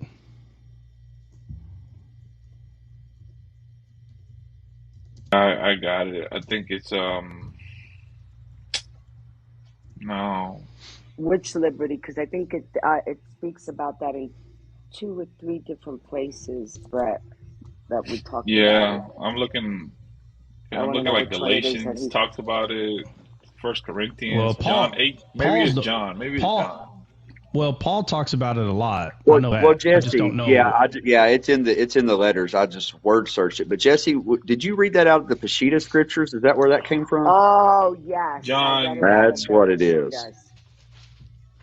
Yes, it was. Hold on, let me go get my iPad. I Galatians I'm mean, outside. 5. John Hold on. says, "Whom the Son sets free is free indeed," which is basically saying the same thing. Well, yeah, but But Paul Paul's talks about liberty as well. the free children a lot.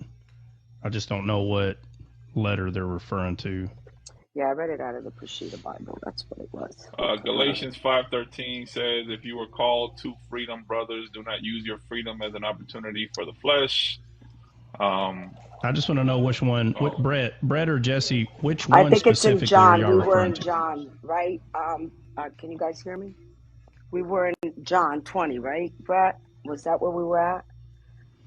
24, I think it was. Yeah, there was one in John somewhere, and there was also I thought another one in Luke as well too. I think. Let me Hold on, see. hold on, let me see. Was it John 19? And I think it was verse 20.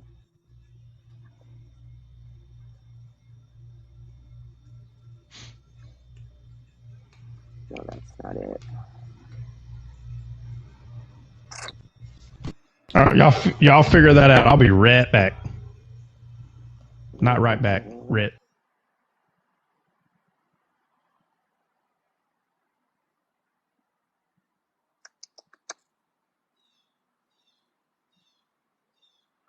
Where were we at last night, man?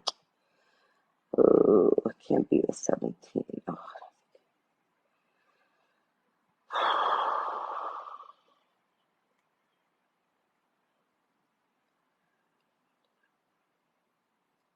look, that was a fruitless live. You don't have no rema from the live.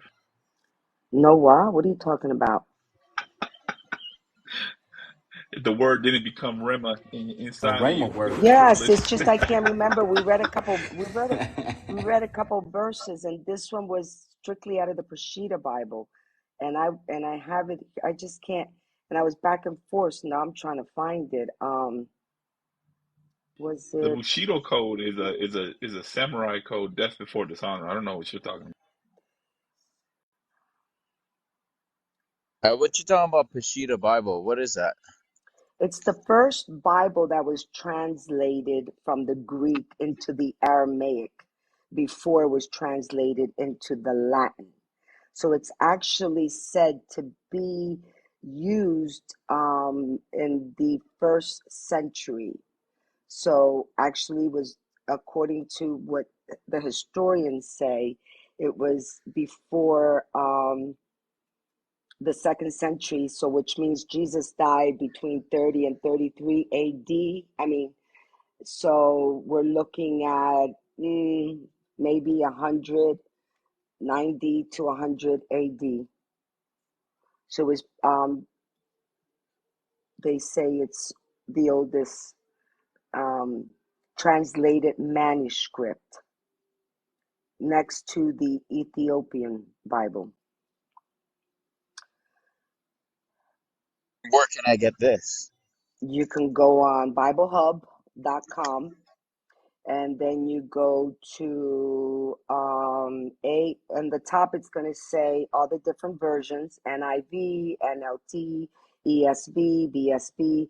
Go to the one that says ARA, and it's called the Peshitta Holy Bible Translated, and it's a Check beautiful that out. version, probably one of the best versions I've ever read. Well, I finna cop that. I just can't remember where we were reading last night because we read so much. Do you remember, Brent? I don't think Brent is. I think Brent's looking for it. I know it was in John. I just don't remember where. John 8:33. What did you say? 8:33? Try John 8:33. I'm not Oh, sure though. 8. Let's see. 33. That sound about where Jesus was And you talking will to the seek me and centurion you will man die about in your the sin. children of the kingdom cast out. Seem like. The son sets free is free indeed. John 8. And they were saying, the seed of Abraham had served demolished that how do you? Okay, yeah. Because I started reading in 21. Yeah, Got it? Good yeah, deal. Thank you, Lord Jesus. yes. So where do I start reading? Wherever you want, Jesse. Go with the flow. Mm. Let's start, and you said it was 33. Yeah. So, you know what? Let's get some content. So, let's start in 21. Yeshua spoke again to them. I am moving on, and you will seek me, and you will die in your sins. And And where Jesse, I am, I'm sorry, Jesse. I want to explain to Emma, Yeshua is Jesus Christ. It's his other name, sister. Thank you, because in Jesse. the Prosciutto Bible, they use those names that normally we translate them to English. They still keep them. Yeshua spoke again to them. I am moving on, and you will seek me, and you will die in your sins. And where I am going, you cannot come. The Judeans were saying, will he now kill himself because he had said, where I am going, you cannot come? And he said to them, you are from below, and I am from above. You are from this world, I am not from this world. I say to you that you shall die in your sins, for unless you shall believe that I am the living God, you shall die in your sins. The Judeans were saying, who are you? Joshua said to them, even though I have begun to talk with you, there are many things for me to say and judge concerning you. But he who has sent me is true, and those things that I have heard from him, those things I am speaking in the world. And they did not know that he spoke to them about the Father. Yeshua spoke again to them. When you have lifted up the Son of Man, then you shall know that I am the living God. And I do nothing for my own pleasure, but just as my Father has taught me, so I am speaking. And he who has sent me is with me, and my Father has not left me alone, because I am doing always what is beautiful to him. When he was speaking these things, many truths in him. And Yeshua said to those Judeans who trusted in him, if you will continue in my word, you are truly my disciples, and you will know the truth, and the truth will set you free. And they were saying to him, we are the seed of Abraham, and never have we served in bondage to a man. How do you say you shall be children of liberty? Yeshua said to them, timeless truth I speak to you. Whoever commits sin is a servant of sin, and a servant does not always remain in the house, but a son always remains. If the Son therefore will set you free, you will truly be the children of liberty. I know you are the seed of Abraham, but you seek to kill me because you cannot comprehend my words. I am speaking the things I have seen with my Father. You are doing the things that you have seen with your father. They answered and were saying to him, Abraham is our father. Yeshua said to them, if you were children of Abraham, you would have been doing the works of Abraham. But now, behold, you are seeking to kill me. I am a man who have spoken the truth with you, which I have heard from God. This Abraham did not do, but you are doing the deeds of your father. They were saying to him, we are not from the fornication. We have one Father, God. Yeshua said unto them, if God were your Father, you would have loved me. For I have proceeded from God and have not come on my own pleasure, but he has sent me. And why do you not understand my words? It is because you cannot hear my word. You are from your father, the devil, and the desire of your father you are willing to do. From the beginning, he has been murdering men and does not stand in the truth, because there is no truth in him. Wherever he speaks a lie, he speaks from what he is, because he is a falsehood and is also its father. But you are not believing in me, I who am speaking the truth. Who among you is convicting me of sin? And if I speak the truth, why do you not believe me? Whoever is from God hears God's words. Therefore, you are not hearing because you are not from God. The Jews answered, and they were saying to him, are we not saying correctly that you are a Samaritan and have a demon in you? Yeshua said to them, a demon is not in me, but I honor my Father, and you dishonor me. But I am not seeking my glory. There is one who seeks and judges. Timeless truth I speak to you. Whoever keeps my word shall never see death. The Jews were saying to him, now we know that a demon is in you. Abraham is dead, and the prophets, and you are saying, whoever keeps my word shall never taste death.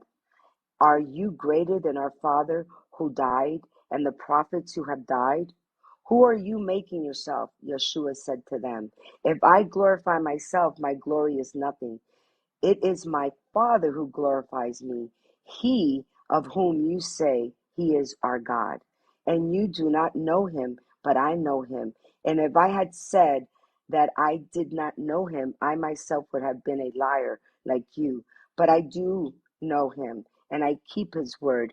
Abraham, your father, desired to see my day, and he saw it and rejoiced. The Jews were saying to him, you are not yet 50 years old, and you have seen Abraham? Yeshua said to them, timeless truth I speak to you. Before Abraham would exist, I am the living God. And they picked up stones to stone him, and Yeshua hid himself and went out from the temple, passing through their midst, and moved on. Amen. Oh, you What don't did have y'all? to Hey, what did stop. y'all read? What did y'all read? The gospel. Oh We my were Lord! reading That's we're reading powerful. John 8, 8, bro. John and we 8, 21 started through. Okay, John 8. 21 through the God end. Unless dang, I've been you going like 10 minutes. believe, Y'all read the whole thing?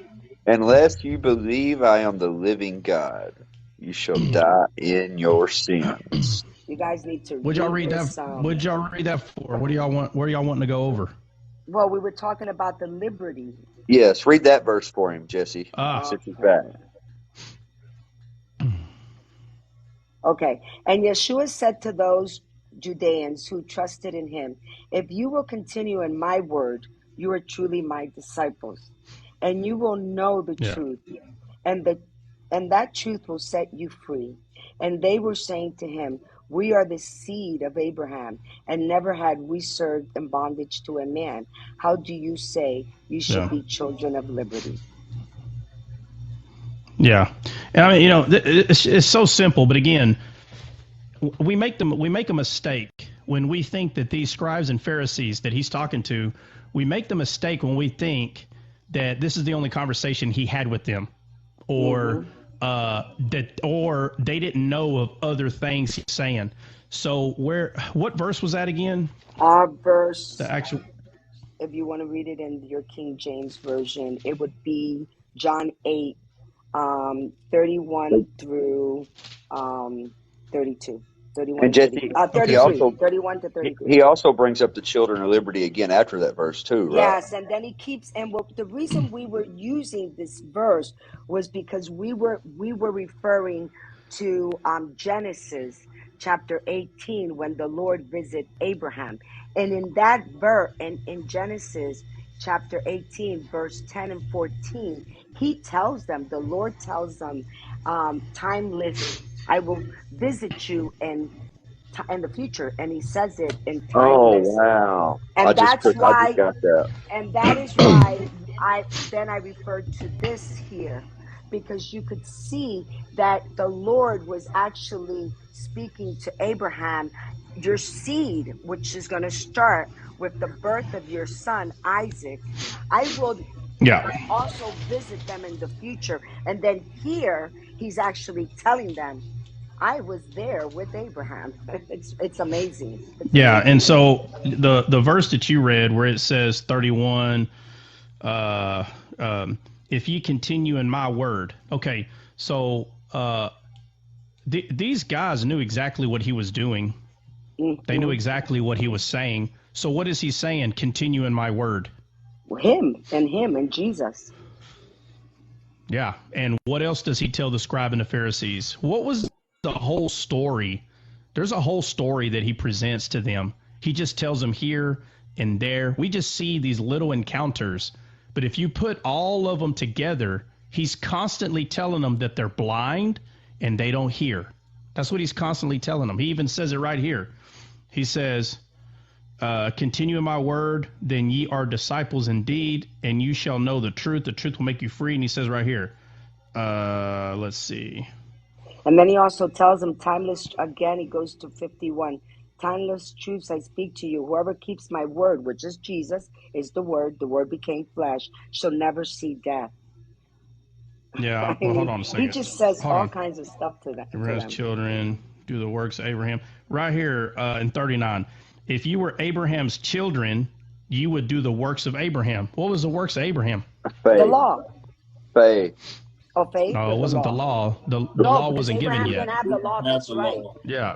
Well, why do you think Jesus told all the people he healed, thy faith had made thee whole?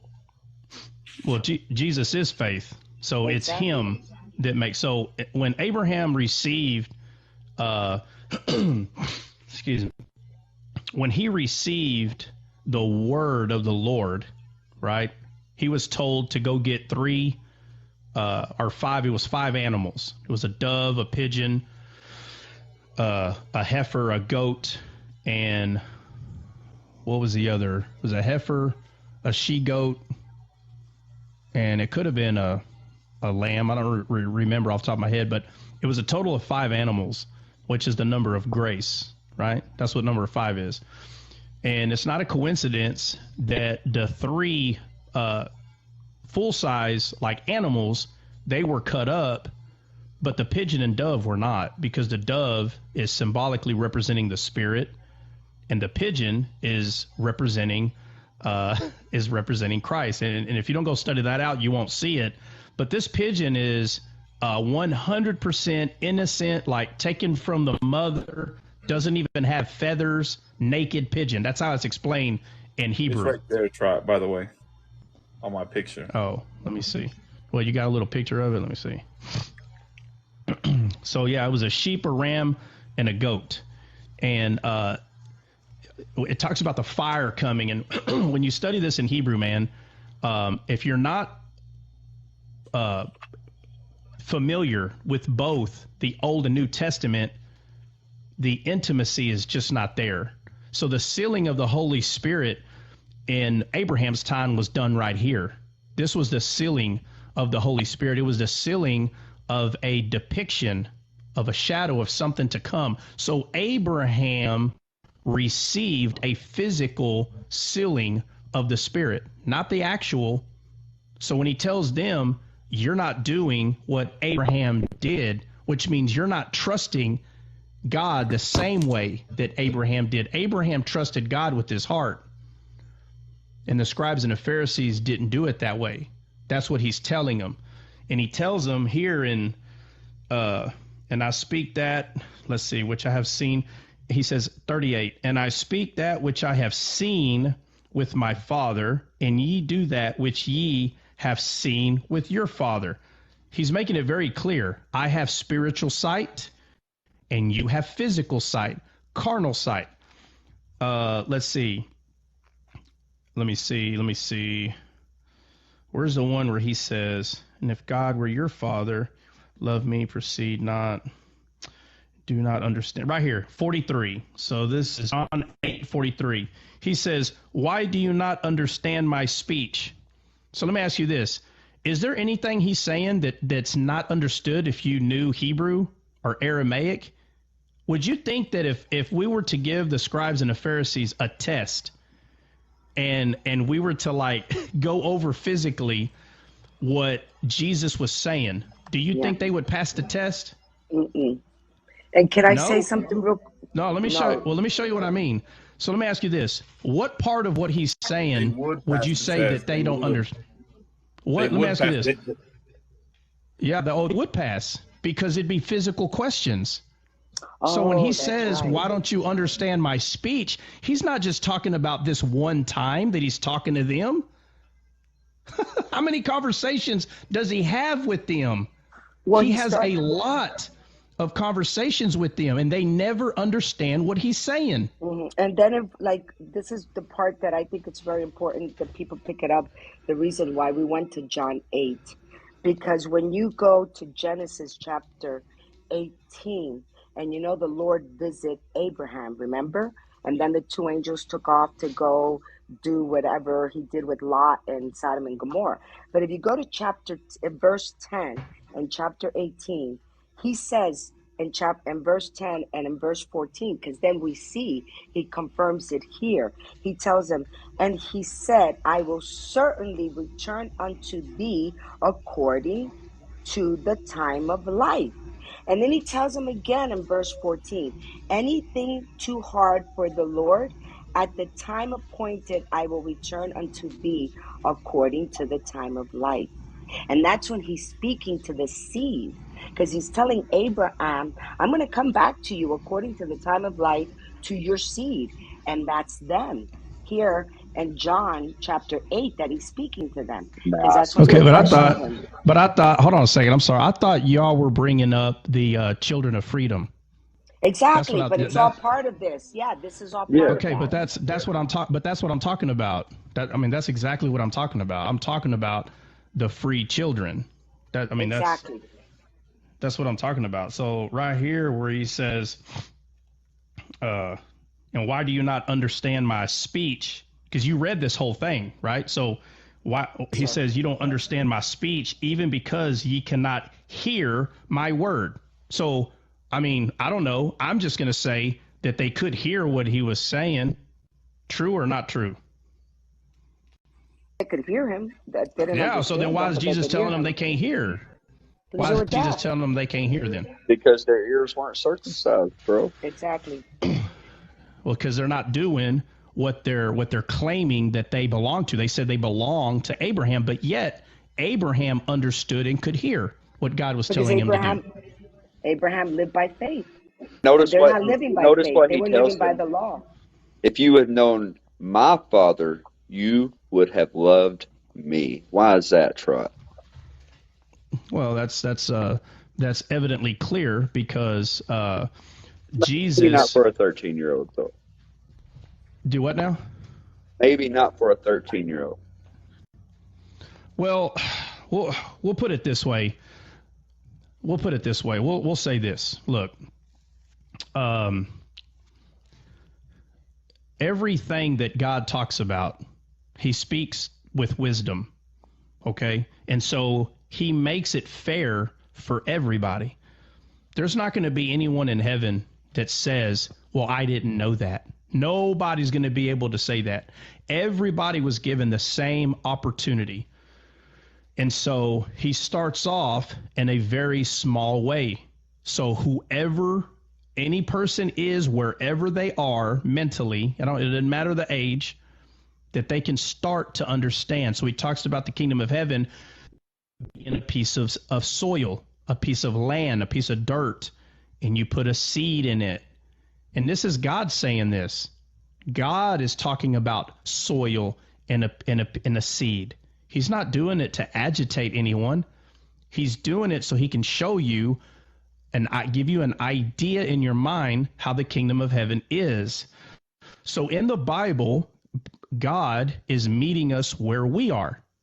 And so, of course, 100%, the words Father, Son, Holy Spirit are used because we know what a father or a son is. And the Holy Spirit is in there, and I shouldn't have to explain that now to a young person. I understand that some of those things may have to be explained, but he's meeting us where we are by saying Father and Son. Amen, so bro. lots of people of different ages understand what a father and son is. So you at least have an idea. But when you start getting deeper into it, you'll start seeing that there's another truth about the Father, Son, and Holy Spirit, and it ends up becoming the truth of who we are. So when we start seeing who we are, and you start listening, just like Jesus is telling them, why is it y'all don't?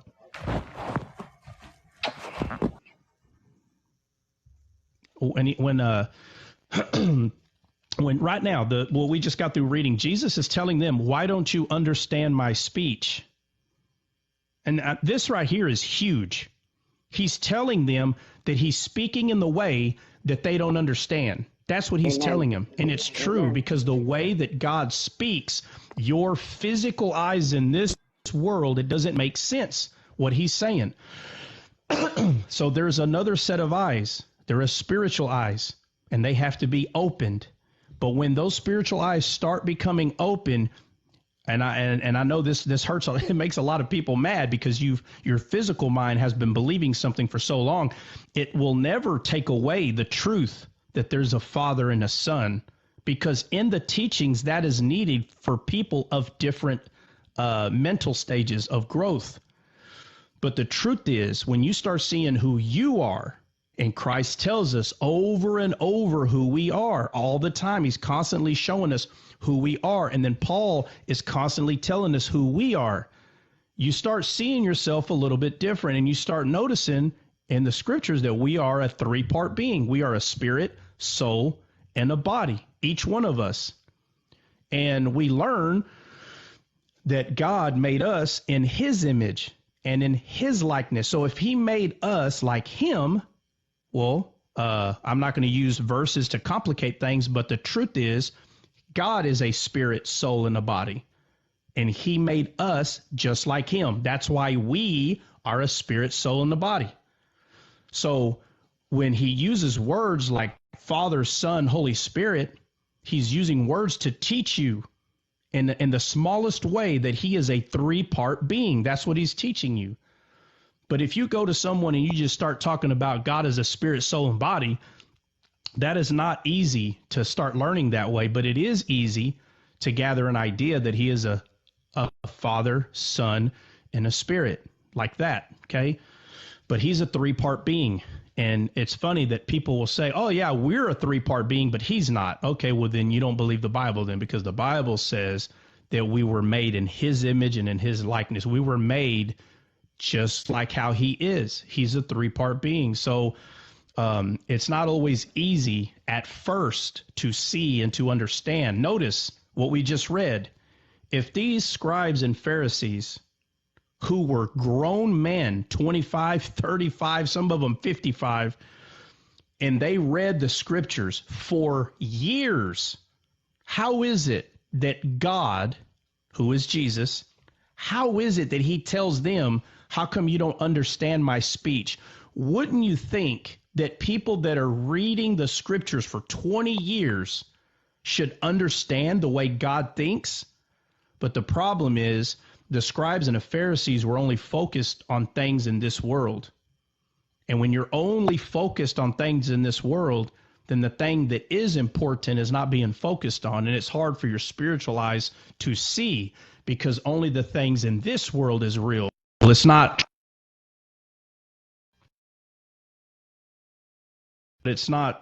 true. The things in this world is what distracts us from knowing who we are. And at some point, we have to start learning who we are, because none of this was an accident. Everything around us, you didn't just pop into this fake world and you're just like in a video game. No, this is physically, this is real. But the Spirit spoke all this into existence. And if the Spirit spoke all this physical things into existence, that means that the Spirit is more real than this world, because the Spirit spoke this into existence, not the other way around. This physical world did not speak the Spirit into existence. It was the Spirit that spoke these things that we see into existence, but not the way that we see it now, right? Because we live in a fallen world. This world has failed. And so that's why God had to come and offer his own soul, right? Because he's a three-part being. He's a spirit, soul, body. His soul was put in to a body in this world, and that's why that body is called the last Adam. And that gets into some complications.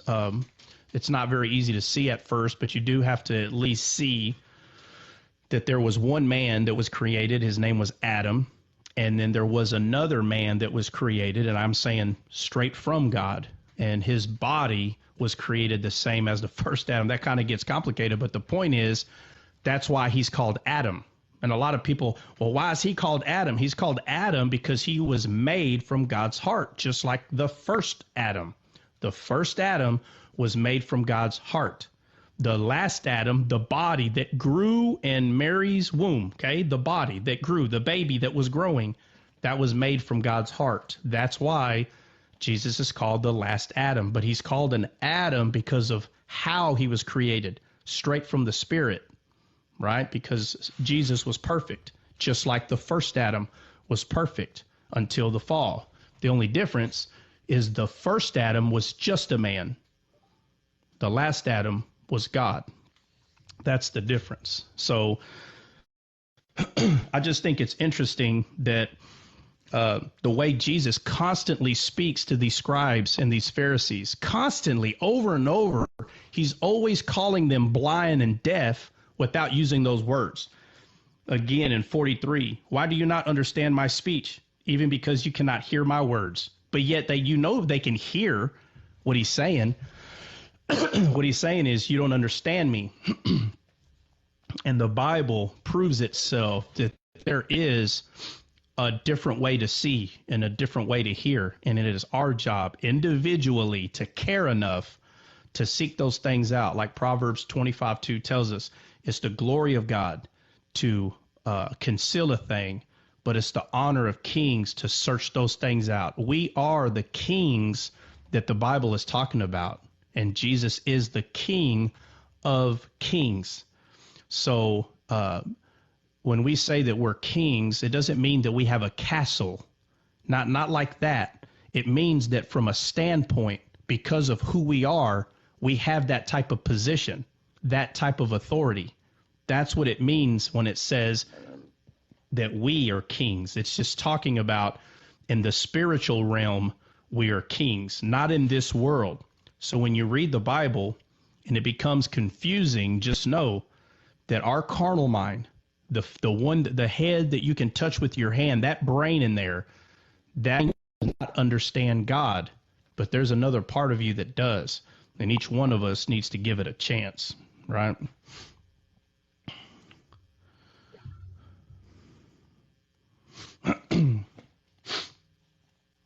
You said, my sheep hear my voice. And then I Yes. like the way at the end of that, I think it's John 12, at the end there, then he says that he would be the one to reach their hearts because he's the only one that can. Yeah. He's the only one that can reach their heart because he is the heart. Amen. He's the rightful creator, the rightful owner. You know, when God is jealous, he's not jealous the way we are in this world. See, in this world, we own nothing. Nothing is ours. We don't own anything. Even if you just paid off your truck, you don't own your truck, right? Because even the materials come from somewhere, and everything can lead back to God. We don't own anything. God is the only being that owns anything. But what's funny, he's the only one that doesn't act that way. He doesn't act like he owns it. If he did, we wouldn't even be talking about this. Like, we wouldn't even exist. Adam and Eve would have fell. He would have just started over, and this would have never been known. Yeah. But because he's so perfect, yeah, let me say this real quick though. But because he's so perfect, he put the fall on front news. Imagine that. Mm-hmm. And imagine John, that. You don't think he knew? You don't think he knew that people are going to be tempted to call him a fool? So the fall happened. He created the newspaper thing and put it on front news. How big of a fool he is. And that's how we're supposed to read it. That's how people read it. But yet we talk about Isaac and Ishmael, and you'll have this argument about Isaac, even though Isaac was Abraham's, well, Ishmael was too. And it's like this weird conspiracy, like, y'all are always trying to take away the rights of Ishmael. Well, that's funny, because God's the one that put it on the front newspaper that Ishmael was born. How come if if it was so true that everybody was hating the idea that Abraham had a kid, how come the writer just didn't leave it out? Think about it. Think about it for a second. Why didn't Abraham? I'm not putting that in there. We're just going to leave it as Ishmael was the first begotten, only begotten son. There would be no history of Hagar.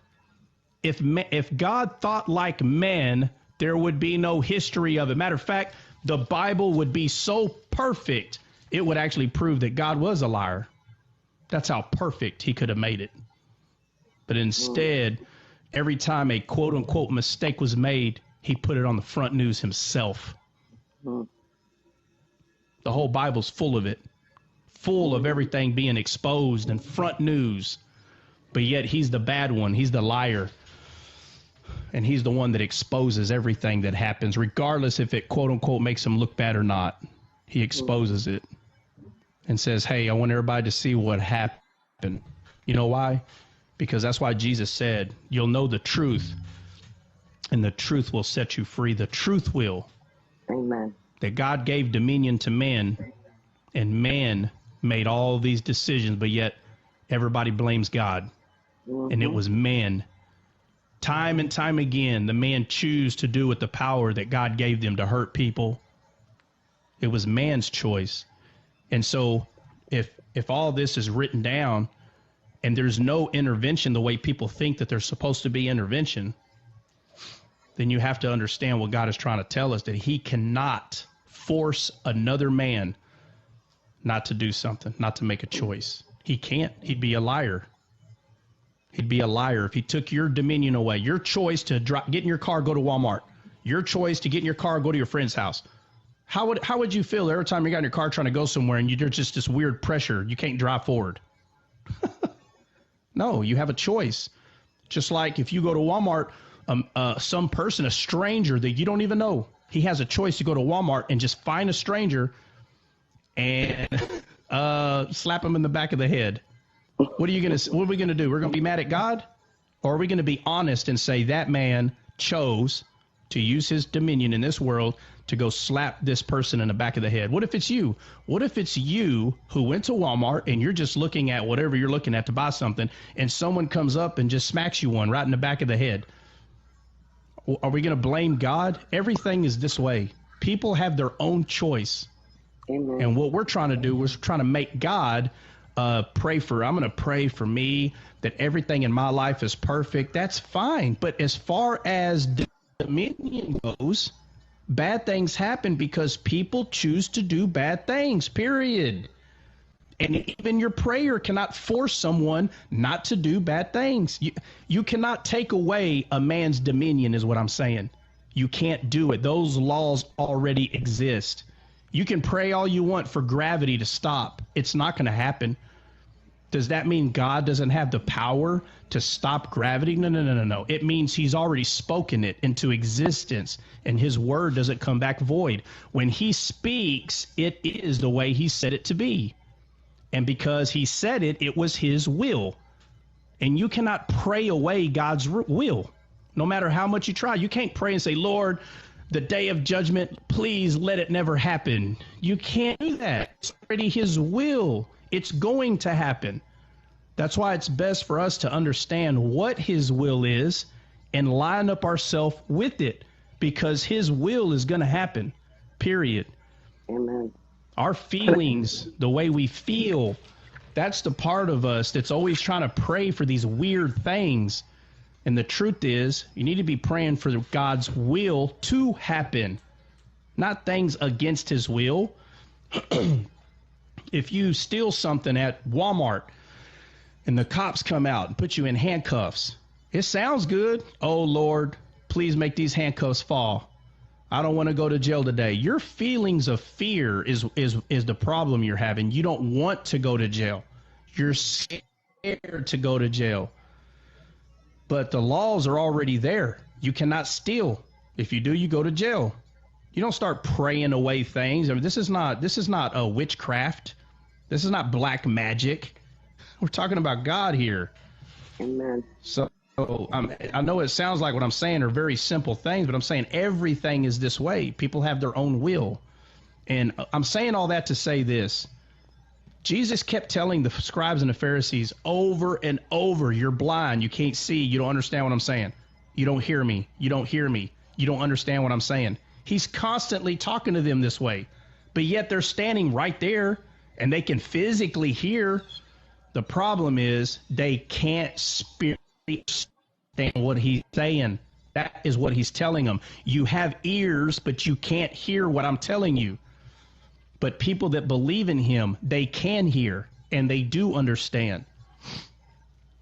That's because their eyes have been open. Their spiritual eyes have been open. These are the eyes that we pray for, to be open. You want to pray for someone's physical eyes, you go right ahead, because in a few years, they're going to become unalived at some point. It would be best for you to pray for someone's spiritual eyes, to be open to what Christ has already given them. Right? That's what Paul prayed for in Philemon. He prayed that they acknowledge, I pray that they acknowledge what you've already given them. He didn't say, I pray you give them something. I pray that they acknowledge what you've already given them. That's the prayer. He's actually praying for your eyes to be open. That's why in the Old Testament, there was a young man that was afraid because there was a bunch of enemy. And the prophet said, I pray that his eyes are open. Did he pray for his physical eyes to be open or his spiritual eyes? Spiritual. And then he saw how many more were on their side with his spiritual eyes, and he was no longer afraid. It's the same today. It's the same today. Each one of us, when we're born, we're spiritually blind and we cannot see the things of God. But there comes a point of time that there's this unction, there's this like knock in your heart, and you're not going to understand what it is. But one day you're going to start understanding what that is. And I'm not talking about physical kids. There's 30, 40-year-old people that finally get this weird unction inside of them. For everybody, it's different. But when you become born again, regardless of your physical age, it doesn't matter if you're 10, 20, 50, every one of you that just got born again are babies, spiritual babies. And you have to be shown spiritual things in a very small way, like Father, Son, Holy Spirit. It has to be shown in a way that you can understand that these things are together. And then as time goes, you start growing and you understand, wait a minute, I'm a three-part being. And you start studying the scriptures in the Old Testament, and you'll see we were made in his image. So what's his image? He is a body, a spirit, soul, and a body. And his soul lived in the body of Jesus, and his soul was offered for us. Right? The Bible tells us an eye for an eye and a tooth for a tooth. It doesn't have to tell us a soul for a soul. That's the whole purpose of this. Basically, if you hurt someone's tooth, we get to hurt your tooth. If you hurt somebody's eyeball, we get to hurt your eyeball. It was this for that.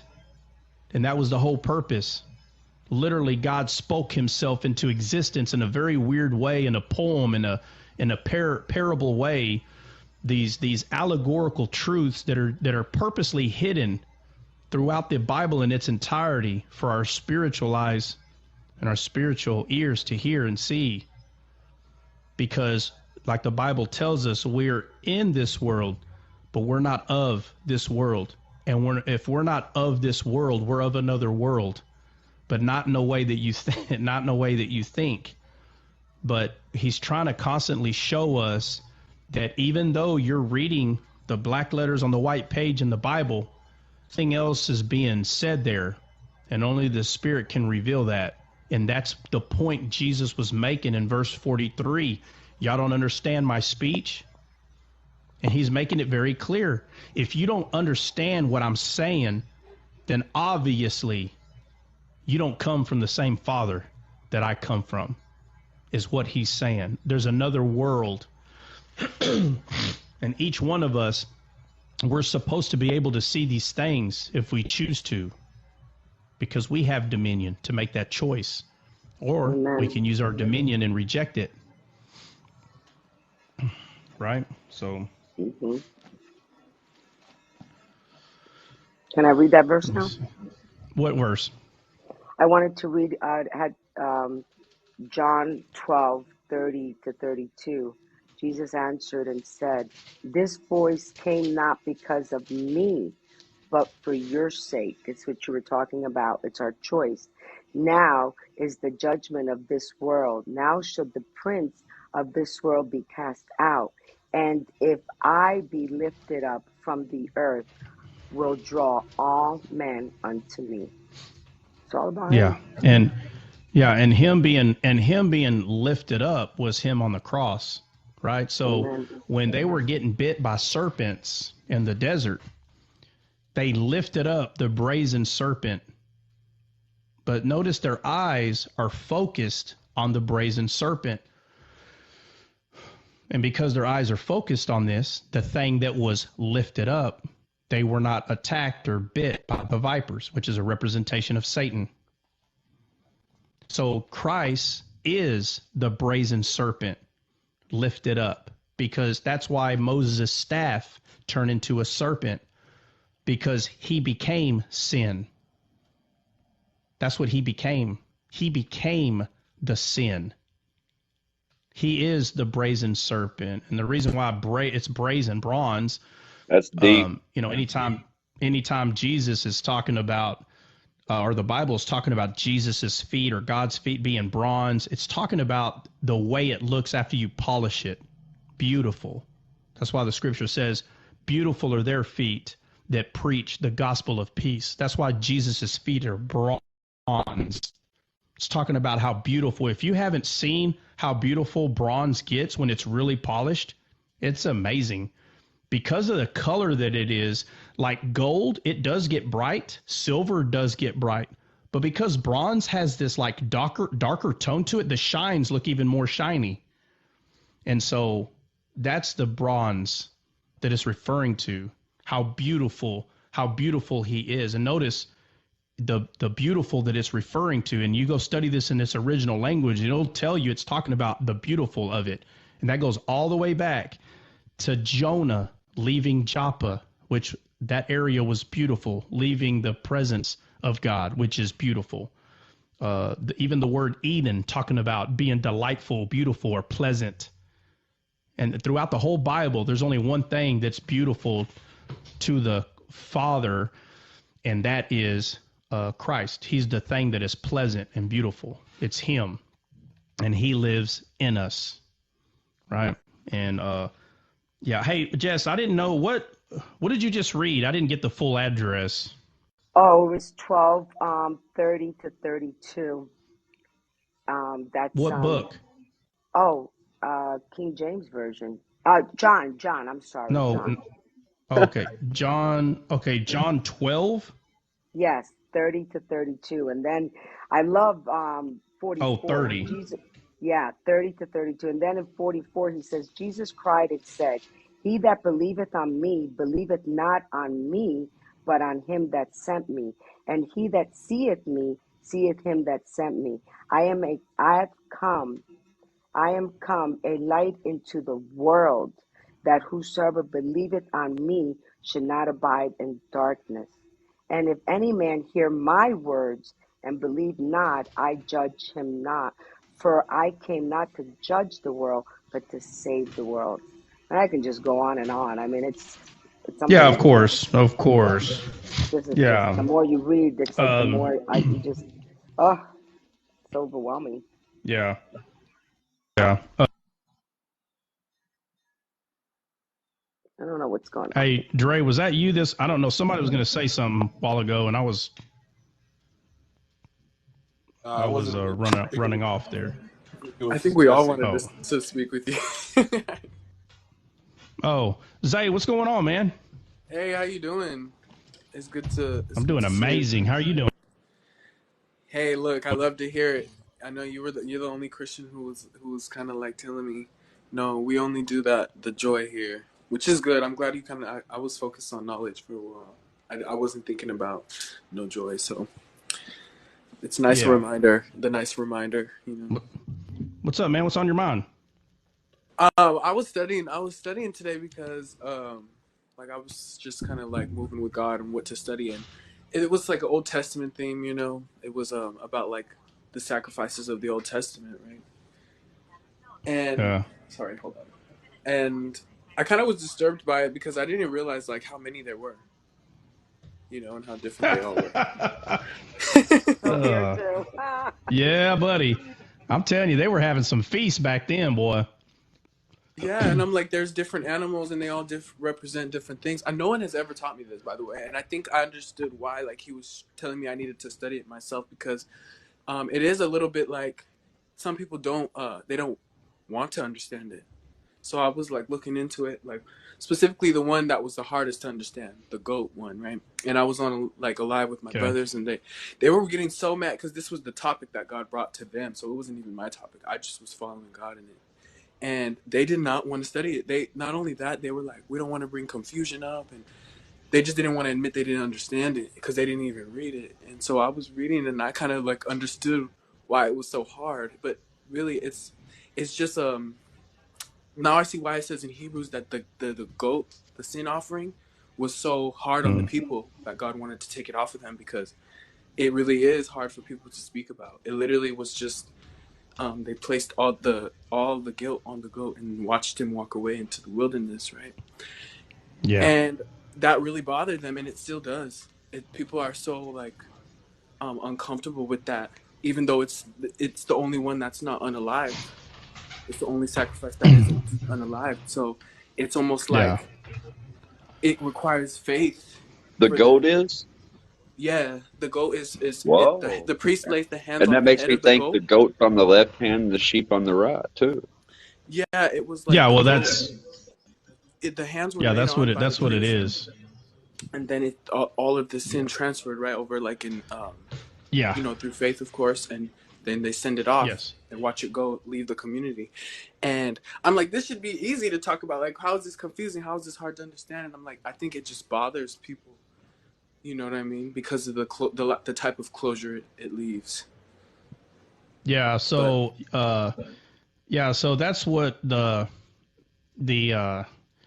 that's exactly what happened, right? The person would come up, they'd place their hands on the goat, and the depiction is that the sin of the person would enter the goat, and the purity of this goat would enter this person, right? And they would literally cast the goat to the outskirts, and so they were so used to seeing something die, right? It was like more simple for them to see something become unalived and say, okay, my sin died with this thing. But it was hard for people just to believe that they were okay because the goat was still alive, right? And so remember, this is the work mentality. There's a part of us that has to see work. There has to be a work. Something has to be done. That's what the law teaches you, that you have to earn it in some way. So to say to someone, no, all you have to do is believe. It's just as hard today to say that all they have to do is believe. They called it And so, satanic. And I was like, you guys don't see Christ in that? They were like, well, we won't compare Christ to a goat because it has so many negative things. It's rebellious. It's this, it's that. And I'm like, you don't see Christ in that. He literally led us to do this, and nobody wants to speak about it. And I thought it was me, but I'm like, oh, I get it no, now. it's not. Hey, Dre, do you have that? Yeah, well, I'll show you this real quick. We'll go over them real quick. I mean, it's relevant. Dre, do you still have that picture right there handy? Hey, Trock, can you I'll make tell me a you. mod, please? Why is everybody? I could have swore I made y'all mods already. I don't know. I thought I would. Does, Maybe it was my hey, other let me Well, ask account. this. I had to follow you again because somehow it unfollowed you. I don't know why. I thought I was a mod Okay. also. I don't know what's going on. Well, who are you trying to mod? Who's making you mad down there, Jess? Oh, nobody's making me Oh. mad. Believe me, nobody's. I mean, I think if I've ever muted or blocked someone on Dre's account, it was too much, and yours never. It's just you never know. Yeah. Man, I'm telling you, I just did this. I'm Today, I telling you, know you man. did. I I know, know but I TikTok did. went up. TikTok had an upgrade, and sometimes when they do upgrades, it gets a little it has glitches. I've noticed that people have to Yeah. refollow people and stuff like that. I've noticed that. All right. I can't even Yeah. follow anyone unless they But comment. So please comment, y'all. please Well, comment. yes, you can follow them. Zay, this is what you do. You see where that number's up there? It says 60. What you do is you hit the Oh. number. Oh. Everyone's going to show up, and then you just start hitting on their profile, on their picture, and you're gonna be able to follow. Wow, look at. Am I gonna start feeling something in my knees too? Am I getting older? Uh-oh. Here we go. Here we May go. I say one thing for Emma? I just want to say one thing.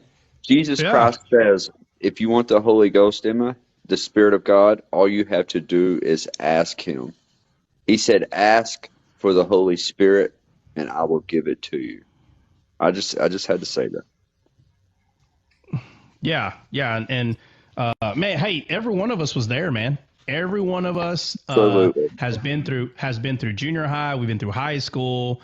We got out. We got a job. Made a lot of money. Saved a lot of it. Spent a bunch of it like a fool, and then saved again. And was like, okay, you know what? I'm working hard for this. I don't know why I'm just spending it like it's nothing.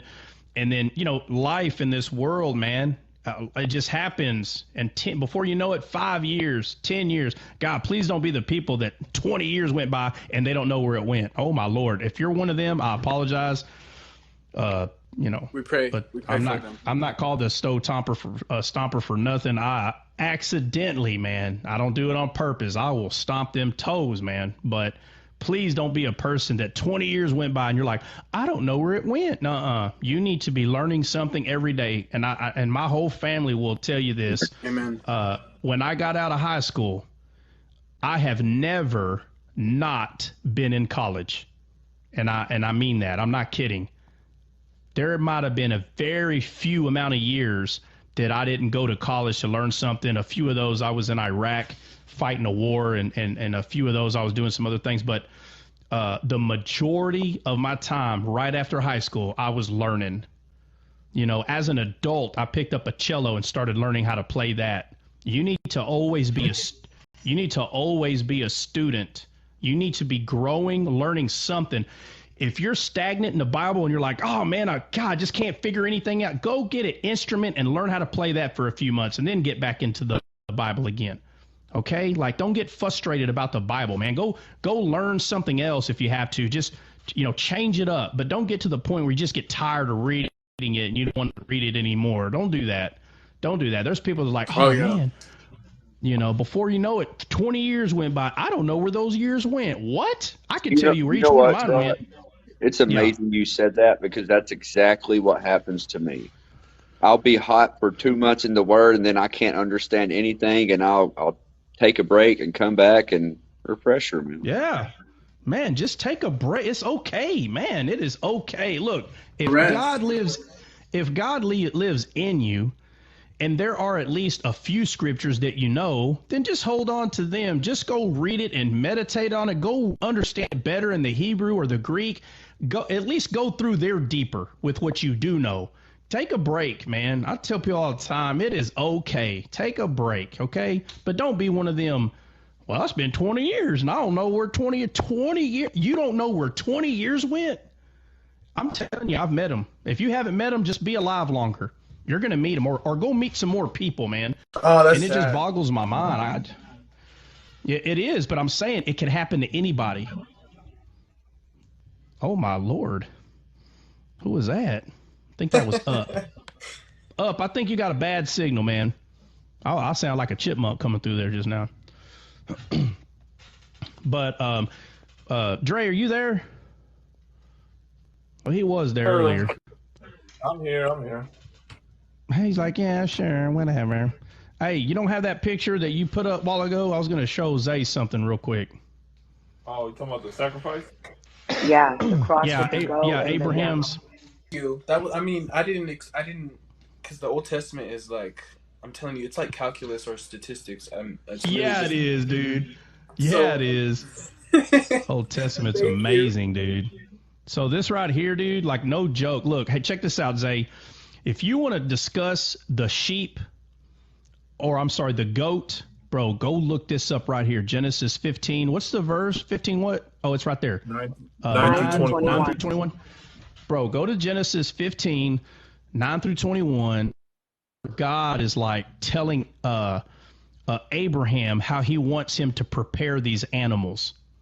And I'll say this to you. You still need to go. I'm going to tell you, but you still need to go do this. So I want you to picture that cross as if Jesus is on it, okay? If Jesus is on that, what side is the sheep on? The right. And you're right. The Yeah. right hand. And then the goats are on the left, right? The Bible tells us so many ways that he's going to separate the sheep from the goat, okay? Oh, wow. And it becomes true, here. Now, when you go study this out, God does not tell him to form this in the shape of a cross. I want to be very clear. There's so many things that have to be understood so you can see why God did what he did in the Old Testament. And it's not a coincidence that 5 animals are told to Abraham. I want you to take 5 animals, and he tells them very specifically what to do with these things. And so the sheep, the goat, and a ram are to be cut in asunder, to be cut in half. But he said, but the dove and the pigeon do not cut. Keep them, they were to be kept whole. And so you'd have to ask yourself, why? What does it matter? Well, it matters because God speaks to us one way and one way only. You either see it or you don't see it. And so when people say, oh, well, it doesn't say that, then you're not reading the Bible enough, because the sheep are to the right, the goats are to the left, right? Rams are always referred to as like a strong and sturdy. So this is the reason that I put it on the bottom. Okay, but the dove is always above and up, always in the Bible all the time. And when you go study this pigeon in the original Hebrew, it literally is a baby pigeon that has been taken from its parents. I mean, it doesn't even have feathers, bro. It's naked, and it's described as a naked pigeon that's so young. Nakedness in the Bible refers to shame. It refers to there needs to be a covering, and Jesus became sin on the cross. He became naked and shame. He took Adam's naked and shame away. He took Jeremiah's fear away when he was hiding in a cave. These guys are always ashamed and hiding when the Bible makes it clear that we're not supposed to act this way. That matter of fact, we are light and we're supposed to be set on a hill. But he became the sin and shame on the cross. Wow. It was this pigeon that is being referred to as this innocent thing, but yet at the same time it's naked, like it needs covering. And feathers, I'm going to go further because it's true, but feathers in the Bible actually symbolize faith. Feathers, leaves, and hair. These things symbolize faith in the Bible. And he became naked, no faith, because he became the desert. He became the desolate ground because he became sin, right? And so it's not a coincidence that God tells Abraham to get these animals, the dove and the pigeon, but don't cut the dove or the pigeon. And then it says late at night, and then it goes even further and tells us that he fought the fowls of the air. So basically, there were these birds that were wanting to come, obviously, eat this delicious meal that was just laying there. And he fought the fowls of the air. But notice that the fowls of the air are being fought with his flesh. And so the flesh cannot earn the things of God. The fowls in the air in the Bible symbolically are talking about Satan. That's why when Jesus is talking about the parable of the sower, he said a sower goes out to sow seed, and he describes 4 soils. But the first one, he says, the first one, they land on the wayside, and the fowls of the air come and devour them. And what it's talking about is talking about Satan stealing the word, because Jesus explains it. But Jesus is the one that wrote all this. So when you see David and Goliath fighting each other, Goliath says to David, the fowls of the air will eat your flesh. And David said, no, today the fowls of the air will eat your flesh. Now, physically, it looks like you're talking about that the carnivore birds are going to eat each other, which it is true in the physical world. But spiritually, David represents Christ and Goliath represents Satan. And Satan is telling Christ that he's going to be eaten by him, that I'm going to gobble you up pretty much, and it's not true, because the fowl of the air is what steals the word, David symbolically representing the word. And so because the fowls of the air, and I'll give you one more, and I mean, because they're everywhere in here. But when Joseph was in prison, there was these two men that had dreams, and one of them was a baker. He was the Pharaoh's bake man, and he had a dream, and he said on his head there were 3 baskets full of baked meats, which is pastries and bread or whatnot. And he said, and the fowls of the air were eating them. Well, see, Joseph understood what fowls of the air meant. He understood why the baskets were white on his head. He understood all these things, because in order to make a basket, you have to cut them from something that's alive. So there's nothing but death in this story. And Joseph goes, oh, yeah, well, in 3 days, bro, you're going to be unalive, bro, like in 3 days. The other one says, well, before me was a vine, and on the vine was 3 branches. And the branches bore its fruit, and I put the fruit in the cup and gave the cup to Pharaoh. Well, he understood that Christ is the vine and that we are the branches, just like Christ says. He says, I'm the vine and ye are the branches, and you can bear no fruit without me. So what this man saw was the tree of life, which is Christ, the tree of life that gives life freely. The man didn't plant the seed. It was just there, and it presented its fruit, and he put forth his hand and took it freely. And then he put that cup in Pharaoh's hand. But the point is, yeah, what's up? There goes that. I'm listening. It's the second cup we were talking about, Trot. There's the cup of wrath, and there's the cup of life. You said the cup. Yeah, there's two. Yeah, there's 2 cups. One. Yeah, absolutely. And so the point is, right? The point is because I'm talking about the fowls of the air, but I couldn't talk about one dream without the other, to show the difference, that how Joseph knew that one was of life and one was of death. And the people that can see why Joseph was able to interpret the dreams, the only way you can see that is because you're sons of God and you see the way God sees. If you don't understand the dreams that Joseph interpreted, it's because 1 or 2 things: you're lazy, you're not studying, or 2, you're not a son of God. And these are the type of things when the Bible says you'll know them by their fruits. What I just explained are fruits of the Spirit. It's the byproduct of the Spirit to be able to see what these things mean. When people read the Bible and it says you'll know them by their fruits, it's not talking about sin. You become a fool when you think that, because now you think it's about sin. Christ has already paid for sin. He is the scapegoat. The goat that we just talked about, that is sent to the outskirts to be thrown away. He's it. He is the scapegoat that took away our sin. Why would you question whether it's true or not? Just like the people in the old days were afraid themselves because the scapegoat was just thrown to the outskirts. But he is the scapegoat. Yeah, he is it. I think that was the only. Everyone was having like an easy time. We were doing the study, and then everyone was having an easy time with this. And I seen the hard one, and no one was talking about it. And I'm like, I want to look into it, because I don't think it's supposed to be that controversial or that difficult. As I looked into it, I'm like, yeah, that's the only one. Like, you start to see the things that are different about it. And I asked him, did you guys even know that it wasn't even unalive? Do you know the significance of that? Like, how painful that experience would be that Jesus took that on? Like, you have to recognize that, because that's exactly what happened. Yeah. Kind of going to the wilderness, like that was him experiencing that fully. Yeah, absolutely. Yeah, I know I can kind of jump from one thing to another, but the whole Bible correlates, no, it man. Was good. Right? It was good. Yeah, so when you start getting familiar, the more familiar you get with all these little things, like, bro, like at this point, it's hard now for you it'll be hard for you to misunderstand what you're reading, because you understand the author. You understand the way he writes, why he wrote it the way that he did, but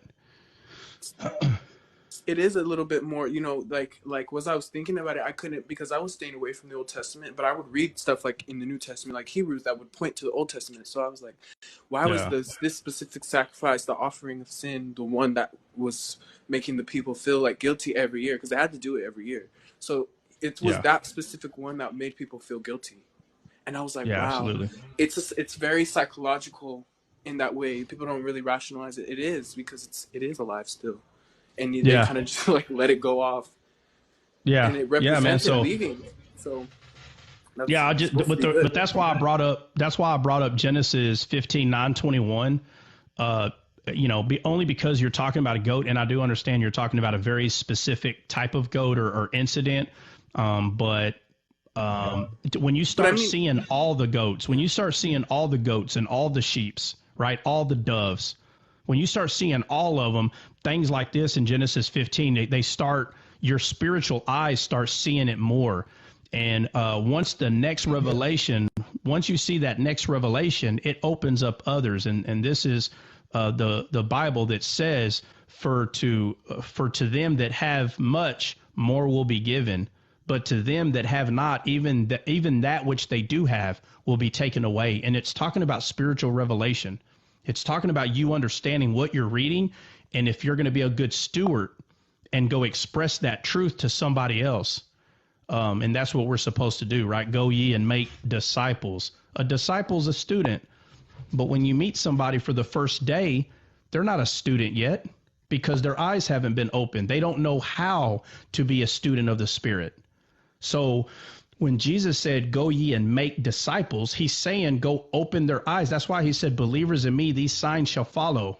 They'll open the eyes of the blind, the ears of the deaf, their mouth will speak and the lame will walk. It's saying that we are supposed to spiritually open people's eyes, their ears, because when you do that, they won't shut up about Jesus, man. It will happen. And when it says, and the lame will walk, it's saying that you'll go preach the gospel. How beautiful are their feet that go preach the gospel of peace. And so when a person is alive spiritually this way, this is the greater thing. He said, greater things shall you do because I go to the Father. The way he goes to the Father is a spiritual thing. And the greater things is bringing someone alive and their spiritual eyes being open. That's the greater thing. What happened to Saul of Tarsus, his scales falling from God, now he's able to understand the scriptures. That's the greater thing. That's the greater thing, not bringing someone alive in this world or opening their physical eyes or their physical ears. Of course, those things are great. But what does it matter if the person's soul goes to hell? What does it matter? So the greater thing is to bring people alive spiritually. Remember, when Jesus walked this earth, that was still the Old Testament. And the Old Testament are shadows of things to come. It's still correlated. Everything that Jesus was doing, he was fulfilling what the previous scriptures were saying about who he was, but he had not been resurrected yet. Therefore, still Old Testament, still shadows of something to come. Him being the first fruit, him being the first resurrected person spiritually is what the greater thing is for us to be resurrected spiritually as he was and to be able to see and to hear now. Can you imagine a person that's been praying that they're spiritually blind and spiritually deaf? If you talk to them and ask them, how are you seeing what you're seeing? They don't talk about their past and how sad their life was. They're like, what do you mean? What does that matter? I can see, man. I understand what I'm reading now. Nobody glorifies their past when their spiritual eyes are open. They don't. It is us who has been taught to glorify our old dead us. We don't glorify. The more you talk, if you talk more about how sad your life has been, then your eyes are still not open. Your eyes need to become open. When your eyes are open, it's like being in a desert and someone hand you a cup of water. You're not going to waste your time telling them how long you've been in the desert. You're going to be focused on that water. And that's life. And that's us being alive and being alive abundantly through him, through the Spirit, right? Not because you got a good job and you got paid a lot of money. That's not the abundance. There's nothing wrong with living in this world. We're here. But the abundance is being able to bring someone else alive, because once you can bring someone else alive and have their eyes open, now you've made a disciple.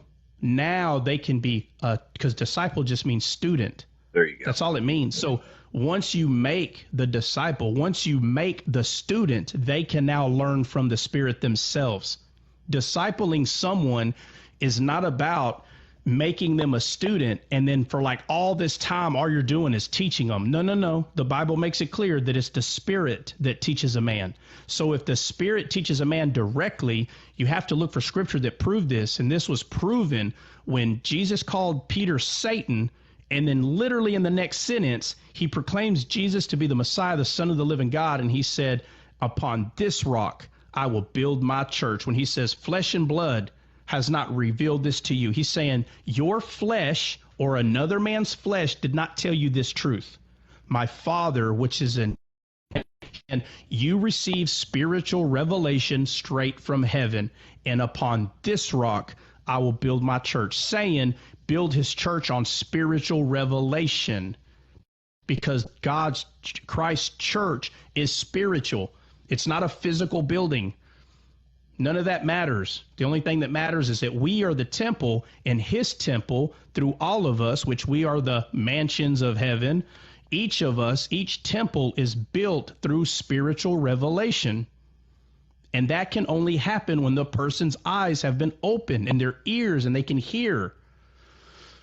And now they become a student. And now they can learn from the Spirit, not from each other. Does the Spirit use each other to teach? Absolutely. But either way, the revelation straight from God is 100% possible once your eyes are open. You can receive revelation straight from him, just like Peter did. And that's right. Yeah, Man, it's I already think 10 that's o'clock. also. Oh, I was just looking Man, into it's the already. priesthood, and you're Yeah. speaking on a lot of what they already had and knew, and what they were trying to bring to the people.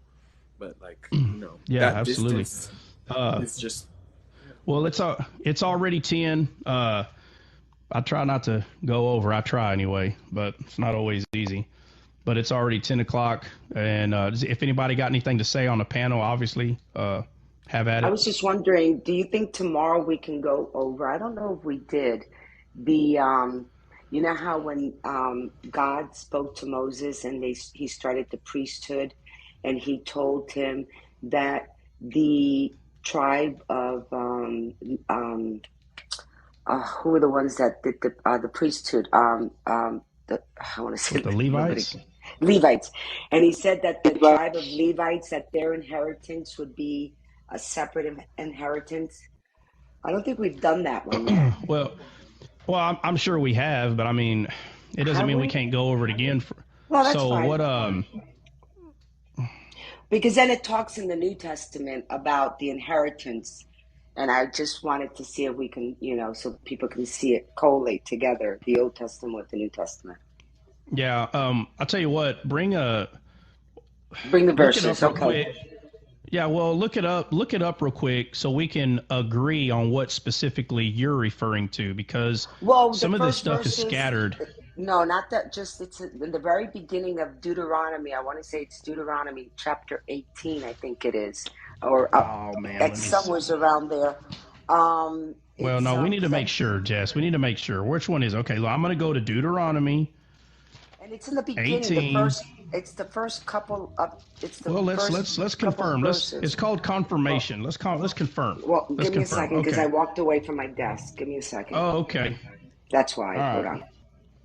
Okay, let's see. Deuteronomy 18.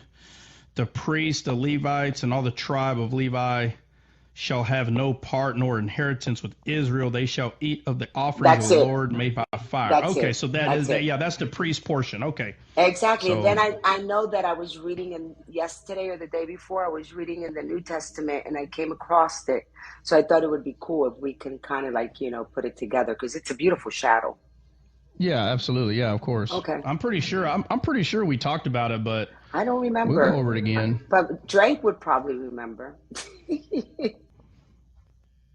Go. Let me see. 22. What would I remember? What y'all heard my name? Did we go over the inheritance of the Levites that was separate from the other 11 tribes? No, I don't think so.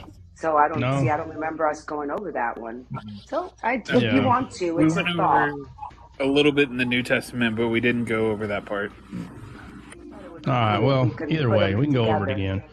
Yeah. So Let me see. Give We me a could do that second. Real. tomorrow. It's not for today. Not. I'm just talking about because I know it's already 11:09.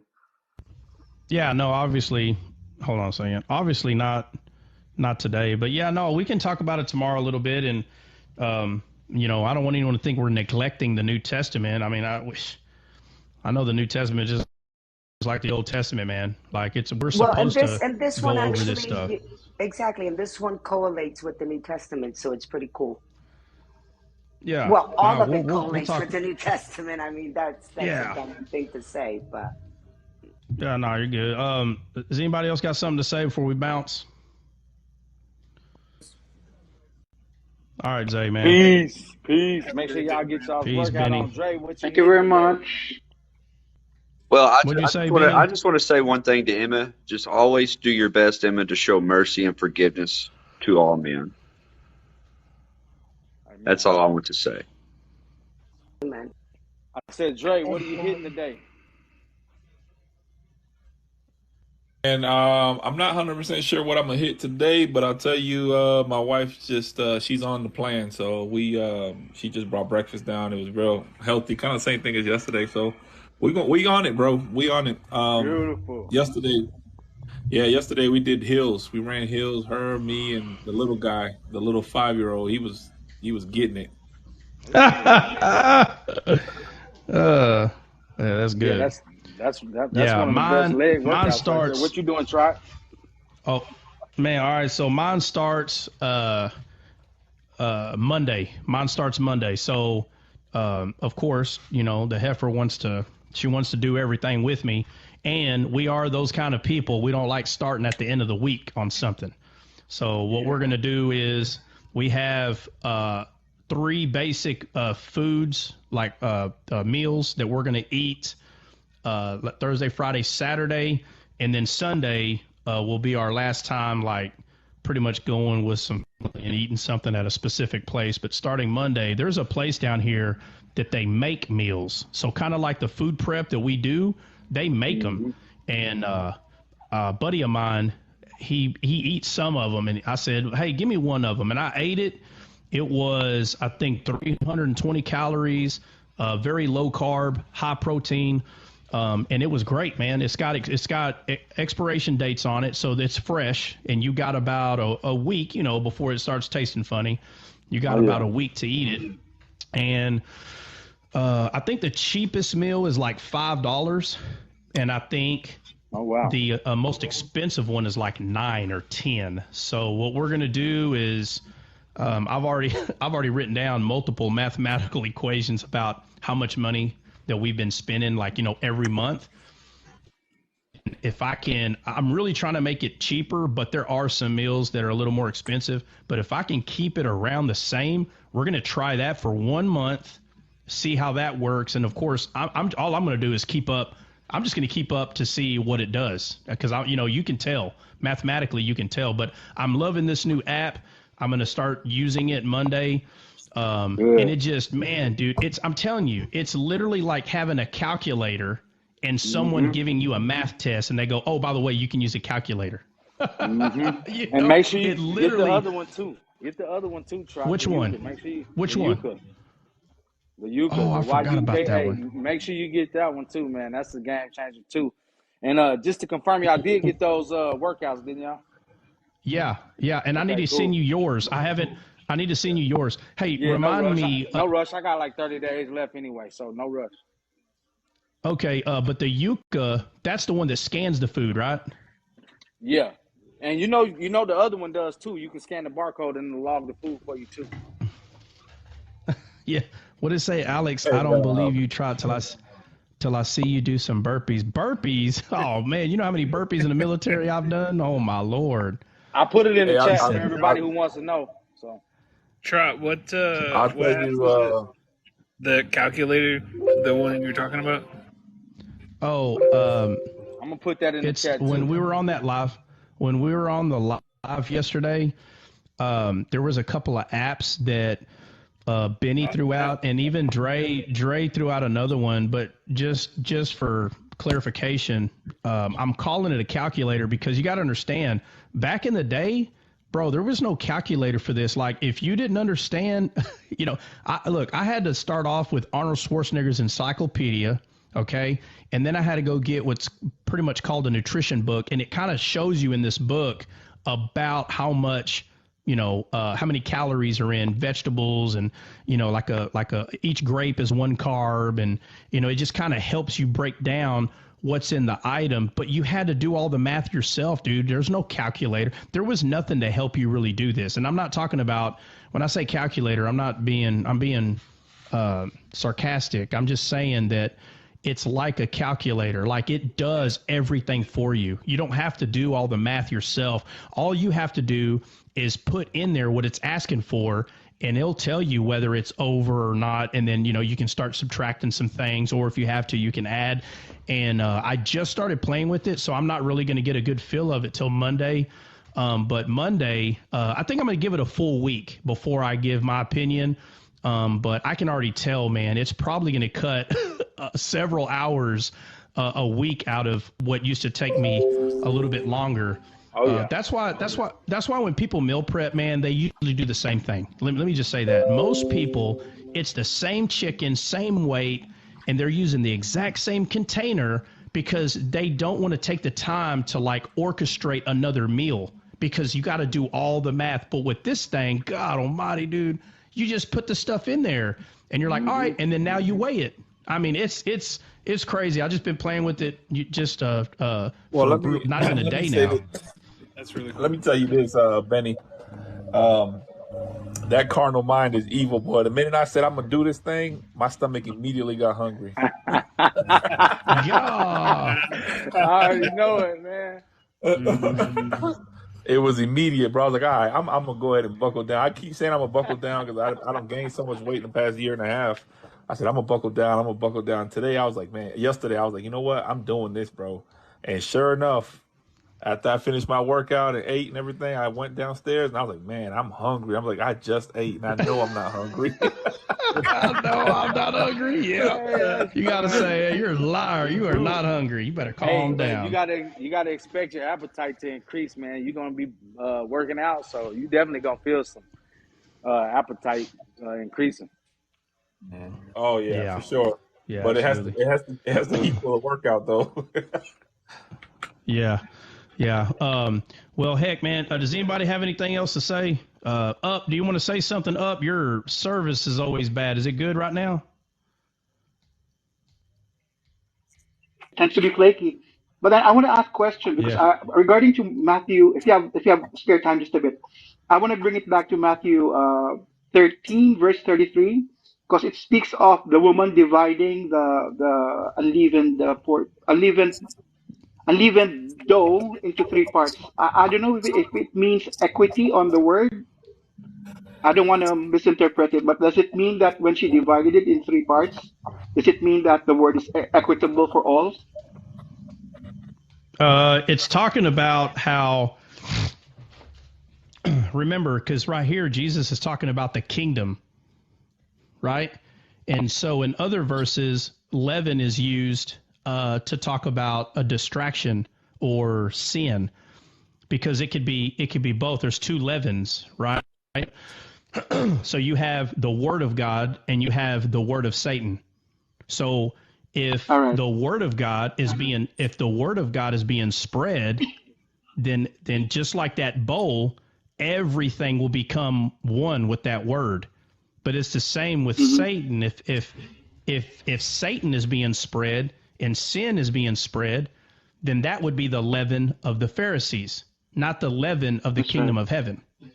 Right? So there's two leavens, just like there's two trees. So it's just not a coincidence that when it says that she hid three, what's the word it uses? Three what? Meals. Meals. Yeah, meals. Yeah, it says that she hides. Yeah, but she hides three because the Spirit hides. It's hidden. It's hidden in the Old Testament. But then again, when it's revealed, the whole thing is whole. Everything about it is perfect, but yet it's hidden there. So for it to be described as hidden by a woman, I know it's weird to understand, but the truth is it's that's the way the Spirit does things. It's the Spirit Amen. that hides the things of the Lord because it has to be That's seen right. with the Spirit. And so there's two leavens. There's the leaven of God and the leaven of Satan, and we know what the difference is. They're completely different, night and day. That's right. Different. That's right. And you correlated it Yeah. with So Proverbs 25:2. I get it now. I get it. You yeah, correlated it yeah, with and there's a Proverbs lot of 25:2. things. Right. I get it. Yeah, yeah, and there's a lot of things, right, that God hides spiritual things, but a carnal man would hide himself, like Adam hid, Shame. Elijah hid, right? So people will choose out of fear to hide, but God doesn't hide his word out of fear. He hides it out of glory, because when the Amen. person it's revealed to them, they see the glory of it being hidden. But it was hidden by her wisdom, right? In the Right. Old Testament, the one attribute of the Spirit is a it comes off as a female. It's a her, but the Spirit That's right. itself is a he. The Spirit itself is a he, but we know that there are 7 parts of the Spirit, right? Wisdom, understanding, might, fear of the Lord. But wisdom is always referred to as a her or a she in the Old Testament. And so That's right. it's not a coincidence that it talks about a woman hiding these things. And it's such a short, such a short parable, but it says everything in that one little parable that every other parable literally is saying, but it's, again, it's All right. hidden.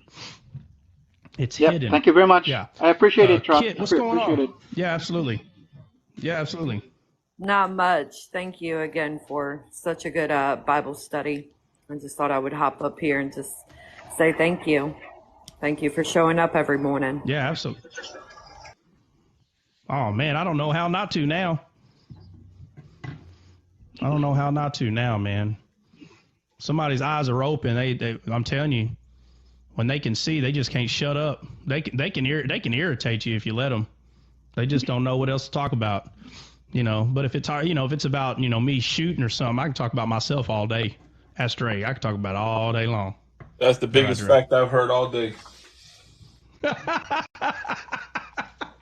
Yeah, y'all two brothers are a blessing, Oh, man. man. Y'all definitely brought a blessing, man. Hey, these guys been so good to me. Shoot, I didn't add them to my favorite. So we're in your circle of trust, bro.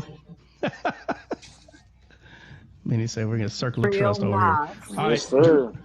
That's real nice. That's mighty nice of you, Benny. We appreciate it. It's Dre, funny you got because something? I was just gonna say what Benny was saying. When I first got on TikTok, my whole goal was to preach. Like I didn't want to debate or nothing like that.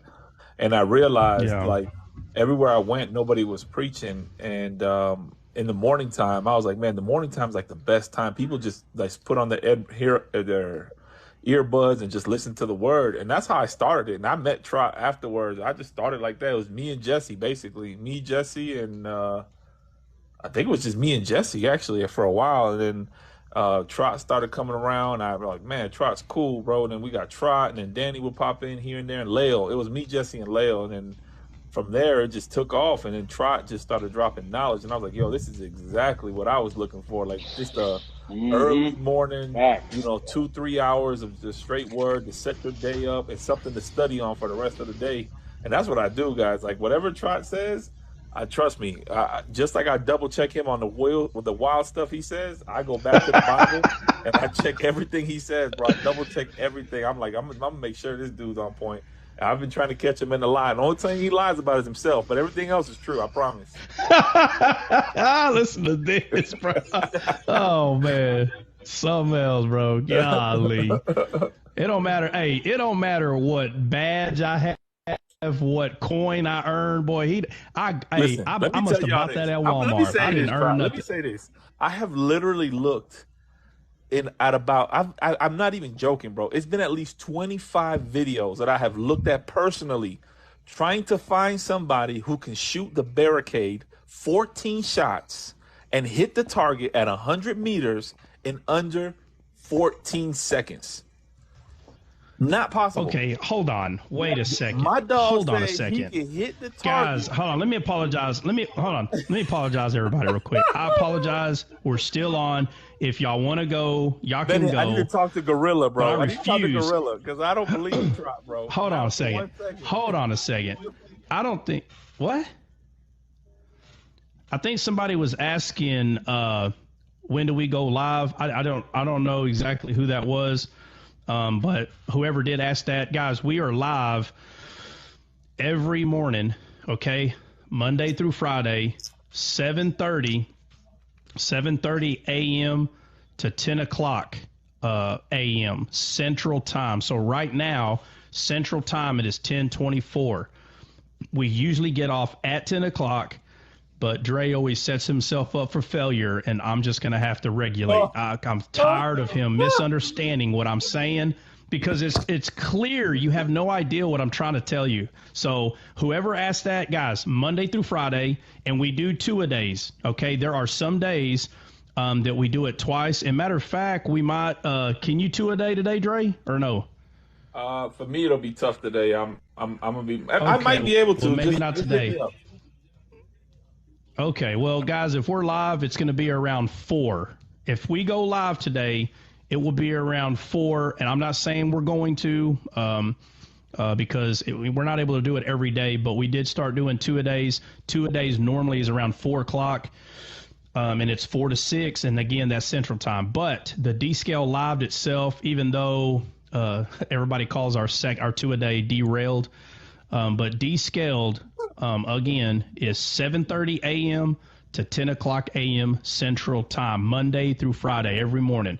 And like Flip says, it's approximately 7:30. They give me a hard time because I'm not always on time at 7:30, but whatever. But please tell me you're there. Please tell me you're there, bro. I'm here, bro. I'm here. All right, let me say this. Hey, just be serious, okay? You may not remember, and that's fair. But you saw the barricades. If you were to guess, how old would you say those barricades are? I would say at least 5 years. Okay, that's fair. They are around that old. Now, I have made a lot of them, and you know what? I'm going to try not to be sarcastic. I have probably personally built at least 100, okay? And if I'm off, dude, I'm off by 10.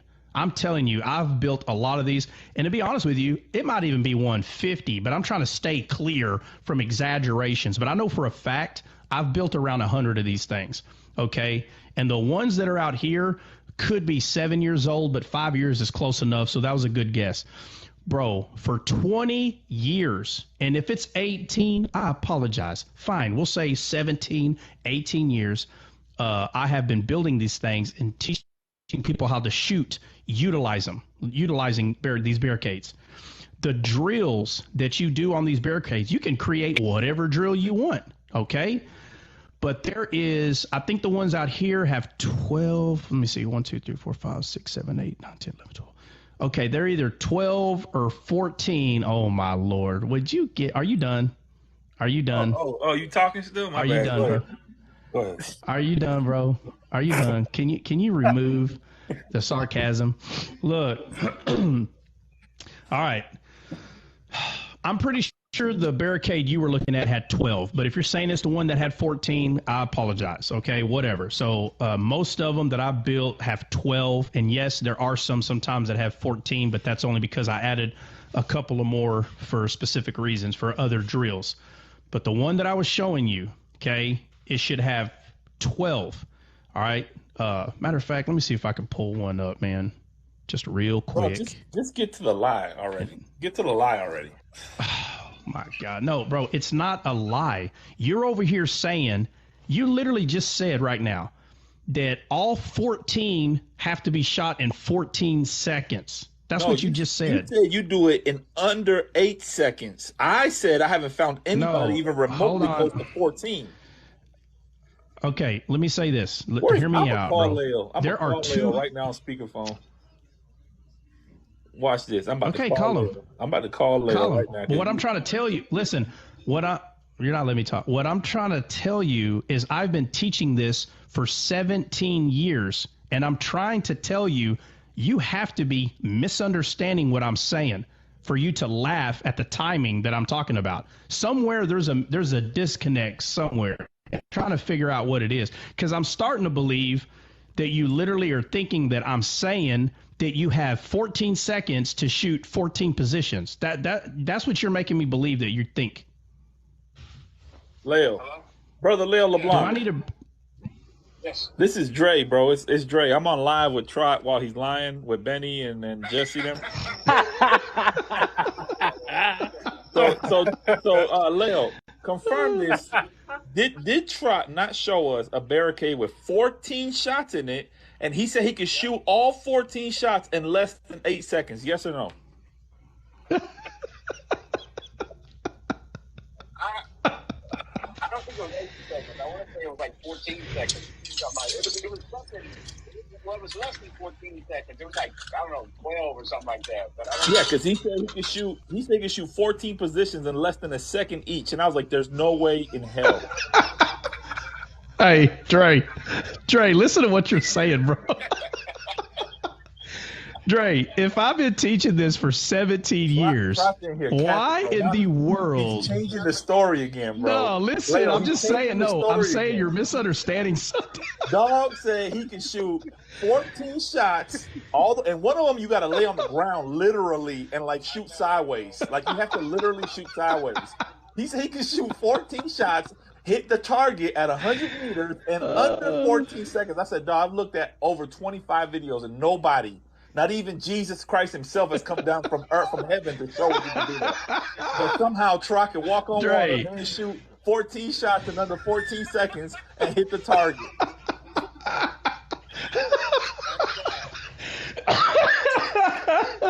Bro, can I finish talking? Yeah, the tape measure. Oh man, yep. Can I finish talking, bro? Oh my Lord. Yo, this guy. Hold on. He's a flip doctor, though. He's capping. Hey. Like he literally looked at us like, bro? Can I? Oh my Lord. And I was like, dude, well, do it. Show Can us. I finish? No, I got my snake boots on today, Bubba. I can't get down on my snake boots. Well, I did, bro. I had my ostrich. You want me to do it in my ostrich boots? Just hear me out. Hear me out real quick, bro. Look. Hey, I can call you back, Leo, if you want, man. If you want to stay on, I'll leave you on, but we live right now. Listen. I'm gonna say something that you're obviously not putting into. He's lying on the second account. He's on the liar account, the second one. All right. Listen, man. Yeah. Listen, real quick. I'm trying to explain. Obviously, you're misunderstanding something that I say. At first, I thought you were playing, but now I'm starting to think you're serious. That something that I said made you believe that you're shooting 1 per second for 14 holes. Or something. Look, okay, let me say this. Less than 14 seconds. Oh my! Less than. Can I finish? Can I finish? I'm not done though. Just let me finish. Let Leo up.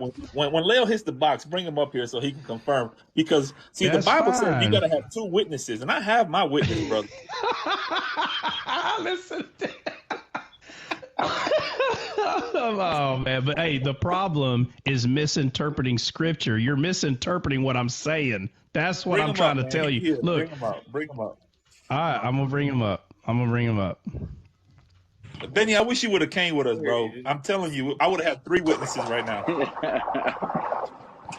Bro, I was quiet because I was just trying to wrap my mind around what he was saying. I was like, I felt so inadequate. Okay. You know what I'm saying? Trot's larger than life, bro, already. So when he said that, man, I just felt like I just started whimpering, man. I just kind of just tucked my tail in.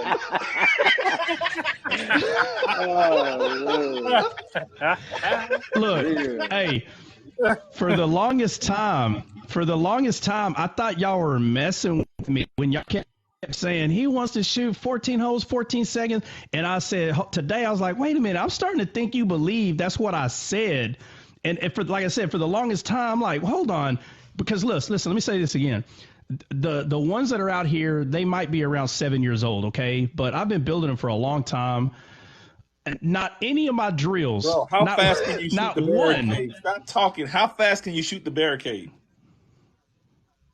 I appreciate your question, but I would more appreciate if you let me explain something Nah, cause first. you capping, So bro. We got the video. Try like Leo has the video where you're literally saying 1, 2, 3. I can shoot these two in under 1 second. So 1, 2, 3, 4, 5, 6, yeah, 7, 8 yeah. seconds. I can do it in 8. We have the video. Leo, don't.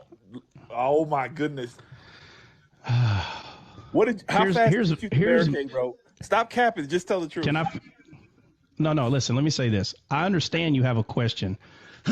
I get it, but here's my thing. I'm trying to figure out why you're not letting me explain what I'm trying to explain to you. What's the reason? What's wrong? I don't understand. Pulling the video okay. up. I'm pulling the video up. Pull it up. Pull it up. Pull it up. I want to see. I want to see what you're talking about. Go ahead. Tell us. Because there's two drills. There's two okay, the drills that I was talking about, it's 10 seconds. The drills that I'm talking about. But you're not understanding the drill. That's the problem right now. You're not understanding. Mm-hmm. Even if I didn't explain it perfectly, bro, you have not been in one of my classes. You have no idea what I'm talking about. You're just kind of going off something you think you understand.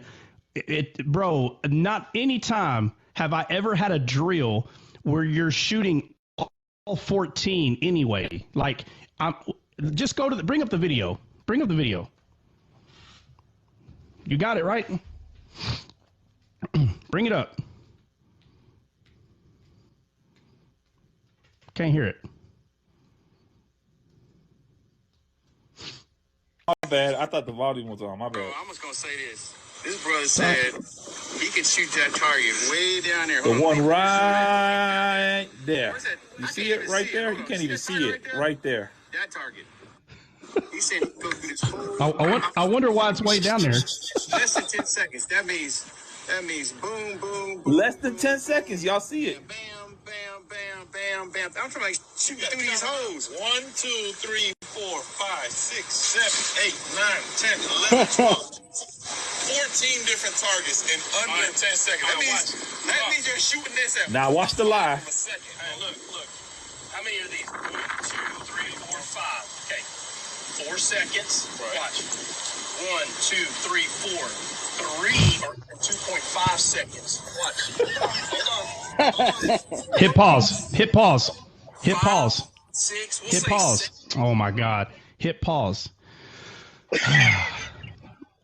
Try yoked Brother, up I've been doing this for 20 years, and Dre has not, and he's making fun of a time that I'm saying.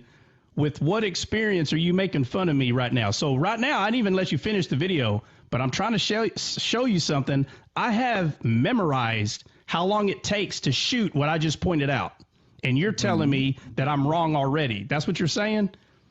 Bro, you're saying so far I'm okay. Go ahead, hit play. Hit play. What I said was, you said you could hit all 14 shots on just target. Hit play. On hit target play, in 10 seconds, and I'm telling you that I have done the research. Hit play. He said these 3 in 2.5 seconds. I know. You see how they're not understanding what I'm telling them? Bro, his math is not even going to add up. Watch. His math is not even going to add up. Watch. Oh, no, you don't understand what I'm saying is what I'm telling you. 1, 2, 3, 4. He said 4 seconds here. 2.5. That's 6.5 seconds. Now watch. 4,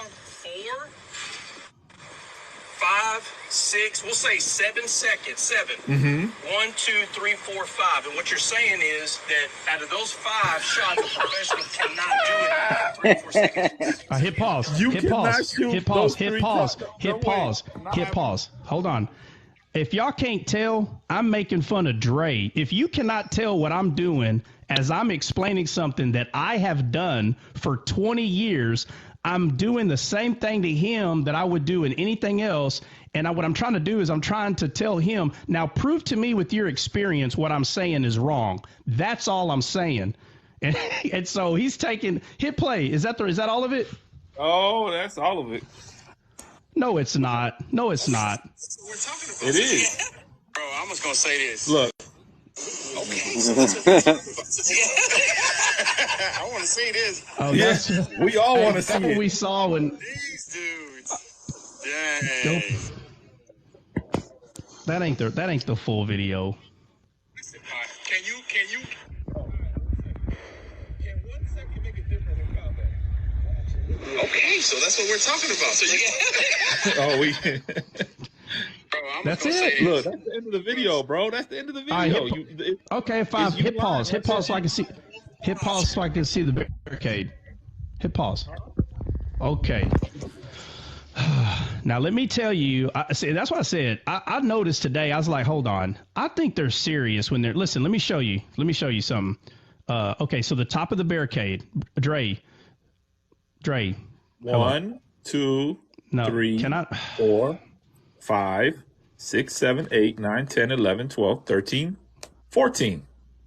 Yeah, I built Mind it. you I know guys, how many this are shot, there. this shot, and this shot, you probably have to lay completely down and shoot the weapon sideways with the ejection port facing downwards. So you got to think, like, this is not something you can just shoot in 1 second. There's no way you're gonna go from here to here and shoot it and get on target within 1 second. Not possible. Okay, are you done? So I can explain the drill. Okay, can I explain the drill that I've been teaching for approximately 20 years? Or are you going to keep explaining it? Hey, put the barricade back up there. Put the barricade back up there. And then check this out. And then I asked my brother Clint right in front of him. I said, Clint, Clint see me do this numerous amount of times. Gosh. This dude's going to say Clint, his little brother who sees him as the most maximum thing that ever walked the face of the earth. It don't matter. He seen me do it. Don't matter. You had a witness right there. Hold on. And then we were talking about working out the other day, and I asked Anthony because I didn't know if Anthony saw when Clint transformed, and Anthony saw him. So we're lying about that too, or what? Clint ain't gonna lie for me, bro. No, I believe. So, hey, put the barricade back up, please. Bro, I'm going camping. It's not gonna take me long. I want to show you everything takes you forever, bro, except shooting the barricade apparently. Yeah, okay. Well, you keep interrupting. All right, check it out. Listen, what I'm explaining to you, bro, is 2 drills, and you're mixing them both together, bro. You're mixing what I'm talking about as 1 drill. Bro, listen. It's 2 drill. Here we go. You're not letting me tell you. I don't know why you're not letting me tell you. Just tell us the drills. Tell us the drills. Go ahead. Be quiet.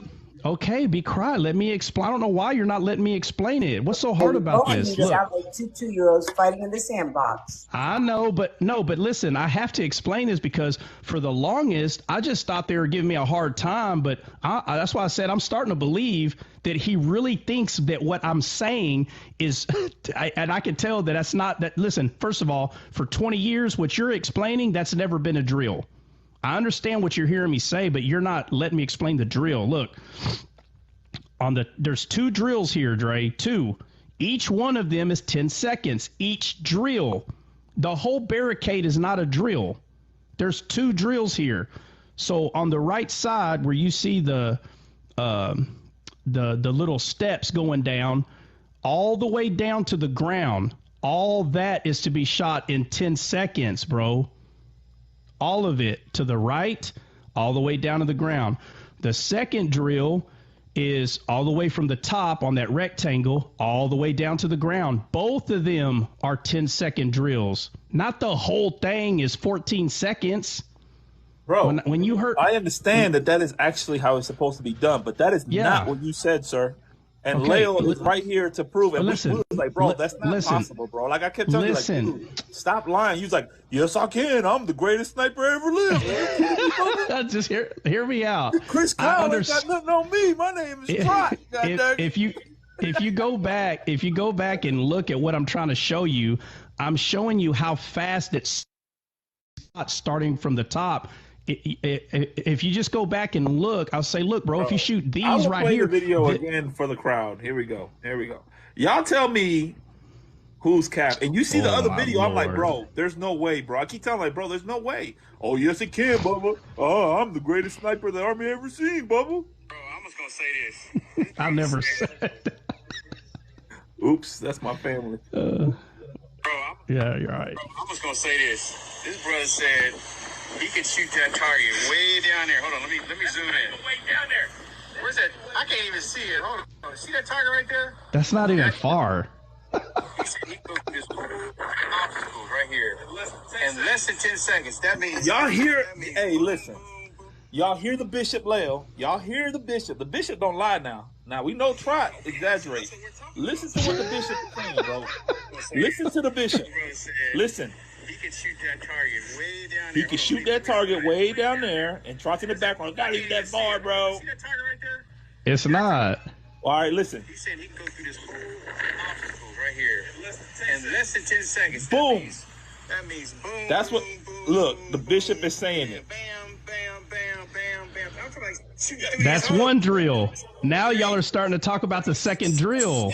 Nah, bro, y'all ain't understand. All 14 in under 10 seconds No, is what you said.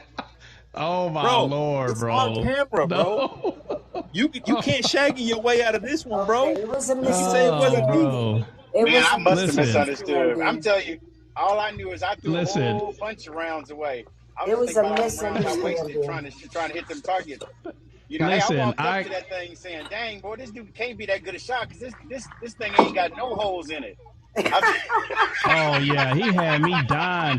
He was like, "Wait a minute, He bro." ain't got one shot in this whole thing.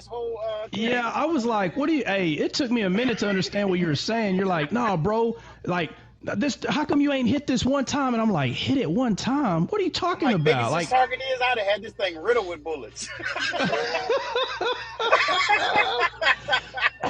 I can tell I didn't understand nothing. well, let me throwing rounds away. clarify. Y'all got to understand, I'm from Texas, man. All right, and people in Texas, they will be sarcastic and pick on you right in front of you. Trey, So when is y'all that Texas lie? The Texas lie?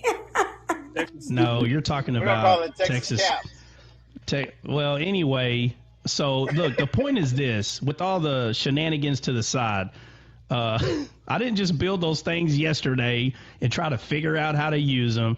My brother Clint has seen me conduct these drills, but what y'all are explaining, whatever I said to make you think that I'm talking about all of them at one time, that's not the drill. Let me say this: it's never been a drill in my program. In my program, you're not going to find a drill where you're shooting all of them in whatever time frame you're saying. There are 2 drills that I use, and each one of them are 10-second drills. Now, if you get really good at it, you can do it under 10 seconds. So when y'all are saying, no, there ain't no way, I know what I'm talking about. I'm not sure what y'all are talking about in your head. That's why I said, Clint, can you tell these dudes? Clint said, yes. What are you talking about, bro? Yes.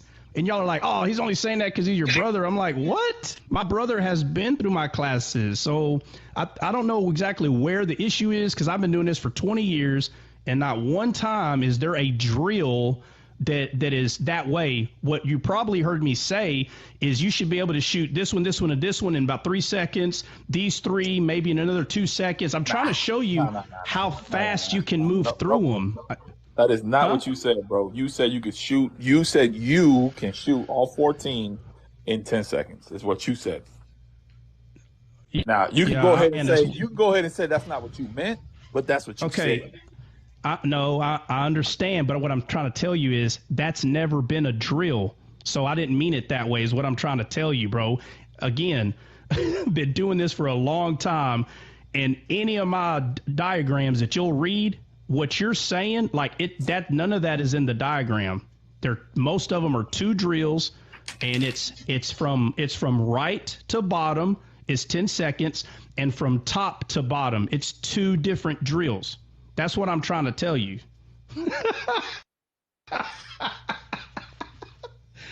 Oh man! So for this whole time, now I know why you keep bringing that up, bro. This whole time, dude. Oh my Lord!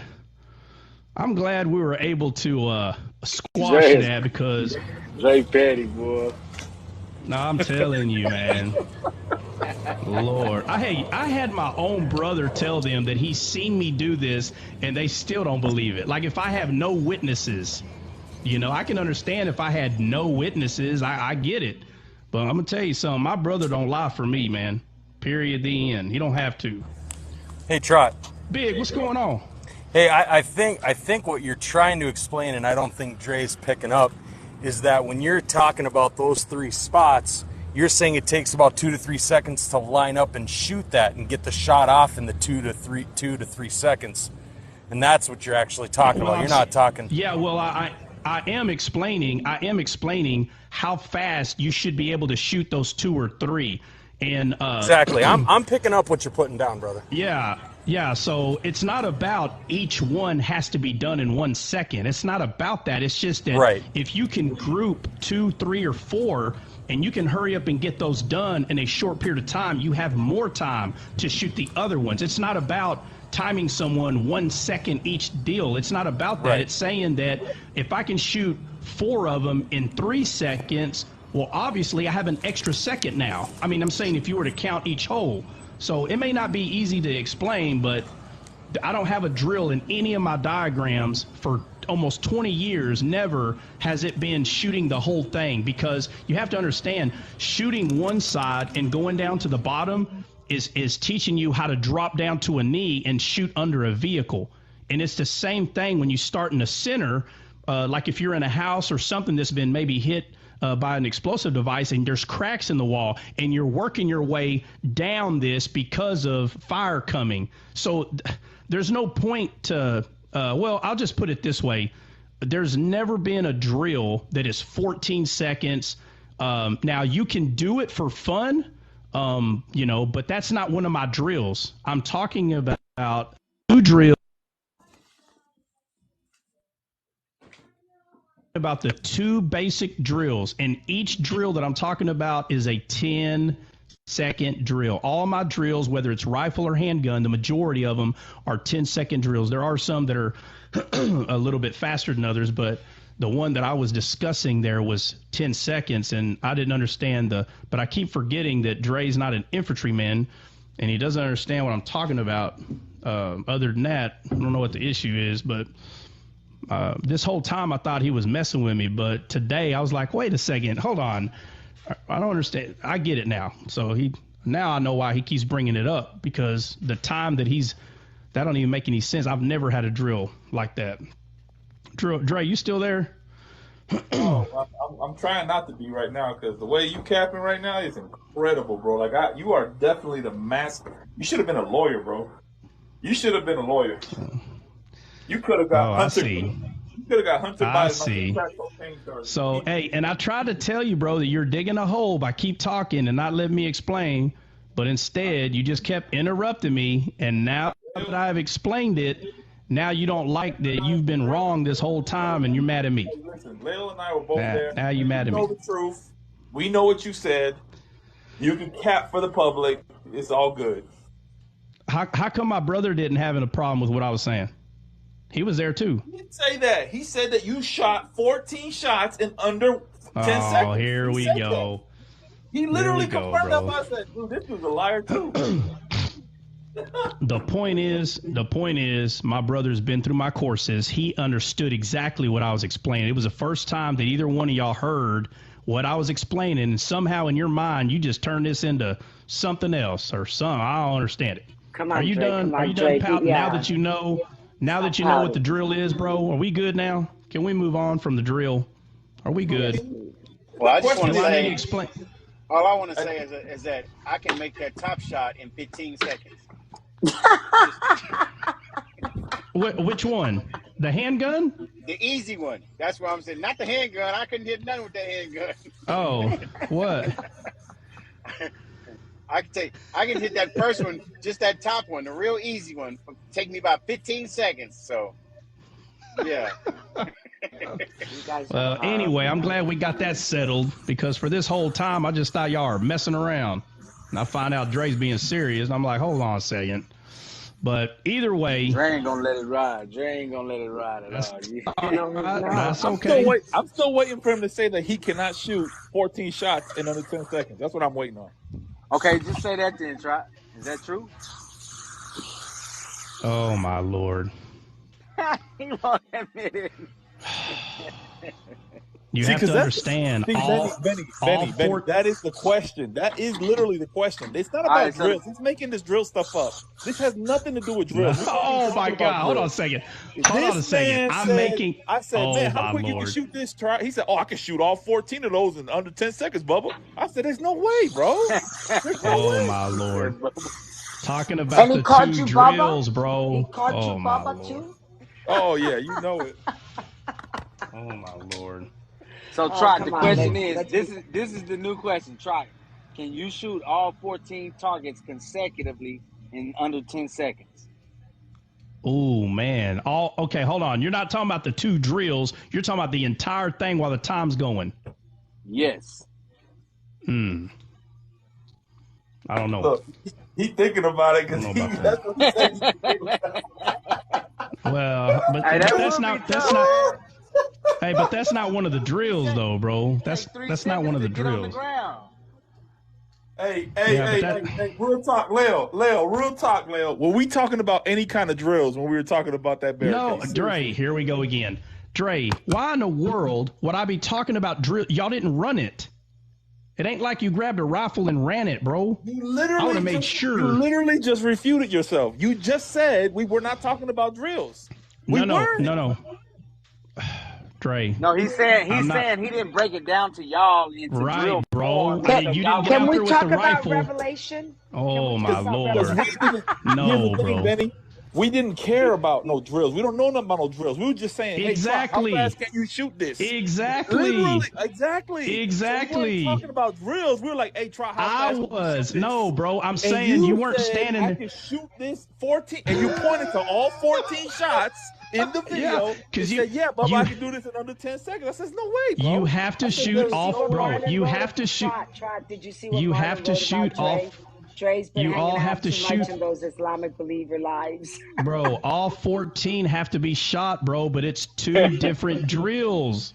It's two different drills. I don't. Dre, you need to stop hanging out in those Islamic believer lives, Hey, man. Trot's trying to wash Dre's feet, and Dre's like, Peter, dude, you ain't gonna wash my feet. Hey, Big Net, you better hope I don't host again because you're not coming up.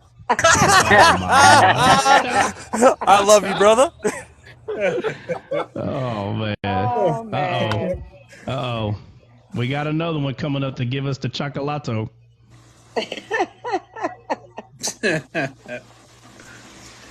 Oh man. So What's up, I just wanted to say Jessica? real quick. I just wanted to say real quick that it seems to me that talking to you about shooting would be like talking to a fisherman about fishing. So we should just finally. yeah, we should just Finally, let it go. And somebody. I love Trot. Love, Listen, love, love, love, Jessica. love. Man, listen, you are my listen, let me send you. I'm gonna send you a gift for that one, man. Look, listen. I'm gonna send you a cap because you understood the cap right there. Boom. Thank You you, brother. understood the big capper over there.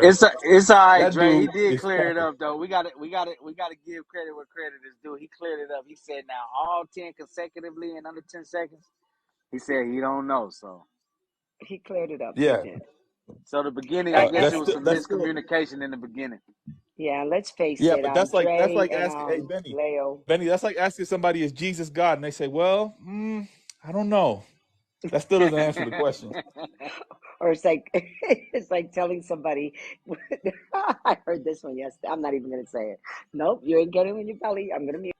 The only way to know is for us all to have another trip. Not all of, like you guys have the trip and get it on video, and us do it. Watch them do it and see how fast There they you can do it. go. Yeah. There you Now I go. will Quit say, talking and do it. I did tell Trot this. I said, man, listen, Trot, maybe I'll give 2008 Trot a chance of doing that. But 2023 Trot, there's no way in hell. There's no way in hell 2023 Trot is making those shots. What do they say? Don't talk about it, be about it. Well, wait a minute, No, Trot. Dre. Wait a minute. Trot was If looking I'm tough, not boy. He looked like he mistaken, can bench 400. if I'm not mistaken, Trot was a sniper, right? You weren't. You were pushing papers and behind a desk in the Oh, so military. you got jokes. You got jokes. You don't even know what I did in my military career, but you got jokes. All right. I'm gonna let you slide. Listen, I gotta give that one to Trot, man. You guys have beat him up already. Yeah, right. Yeah, hey, listen.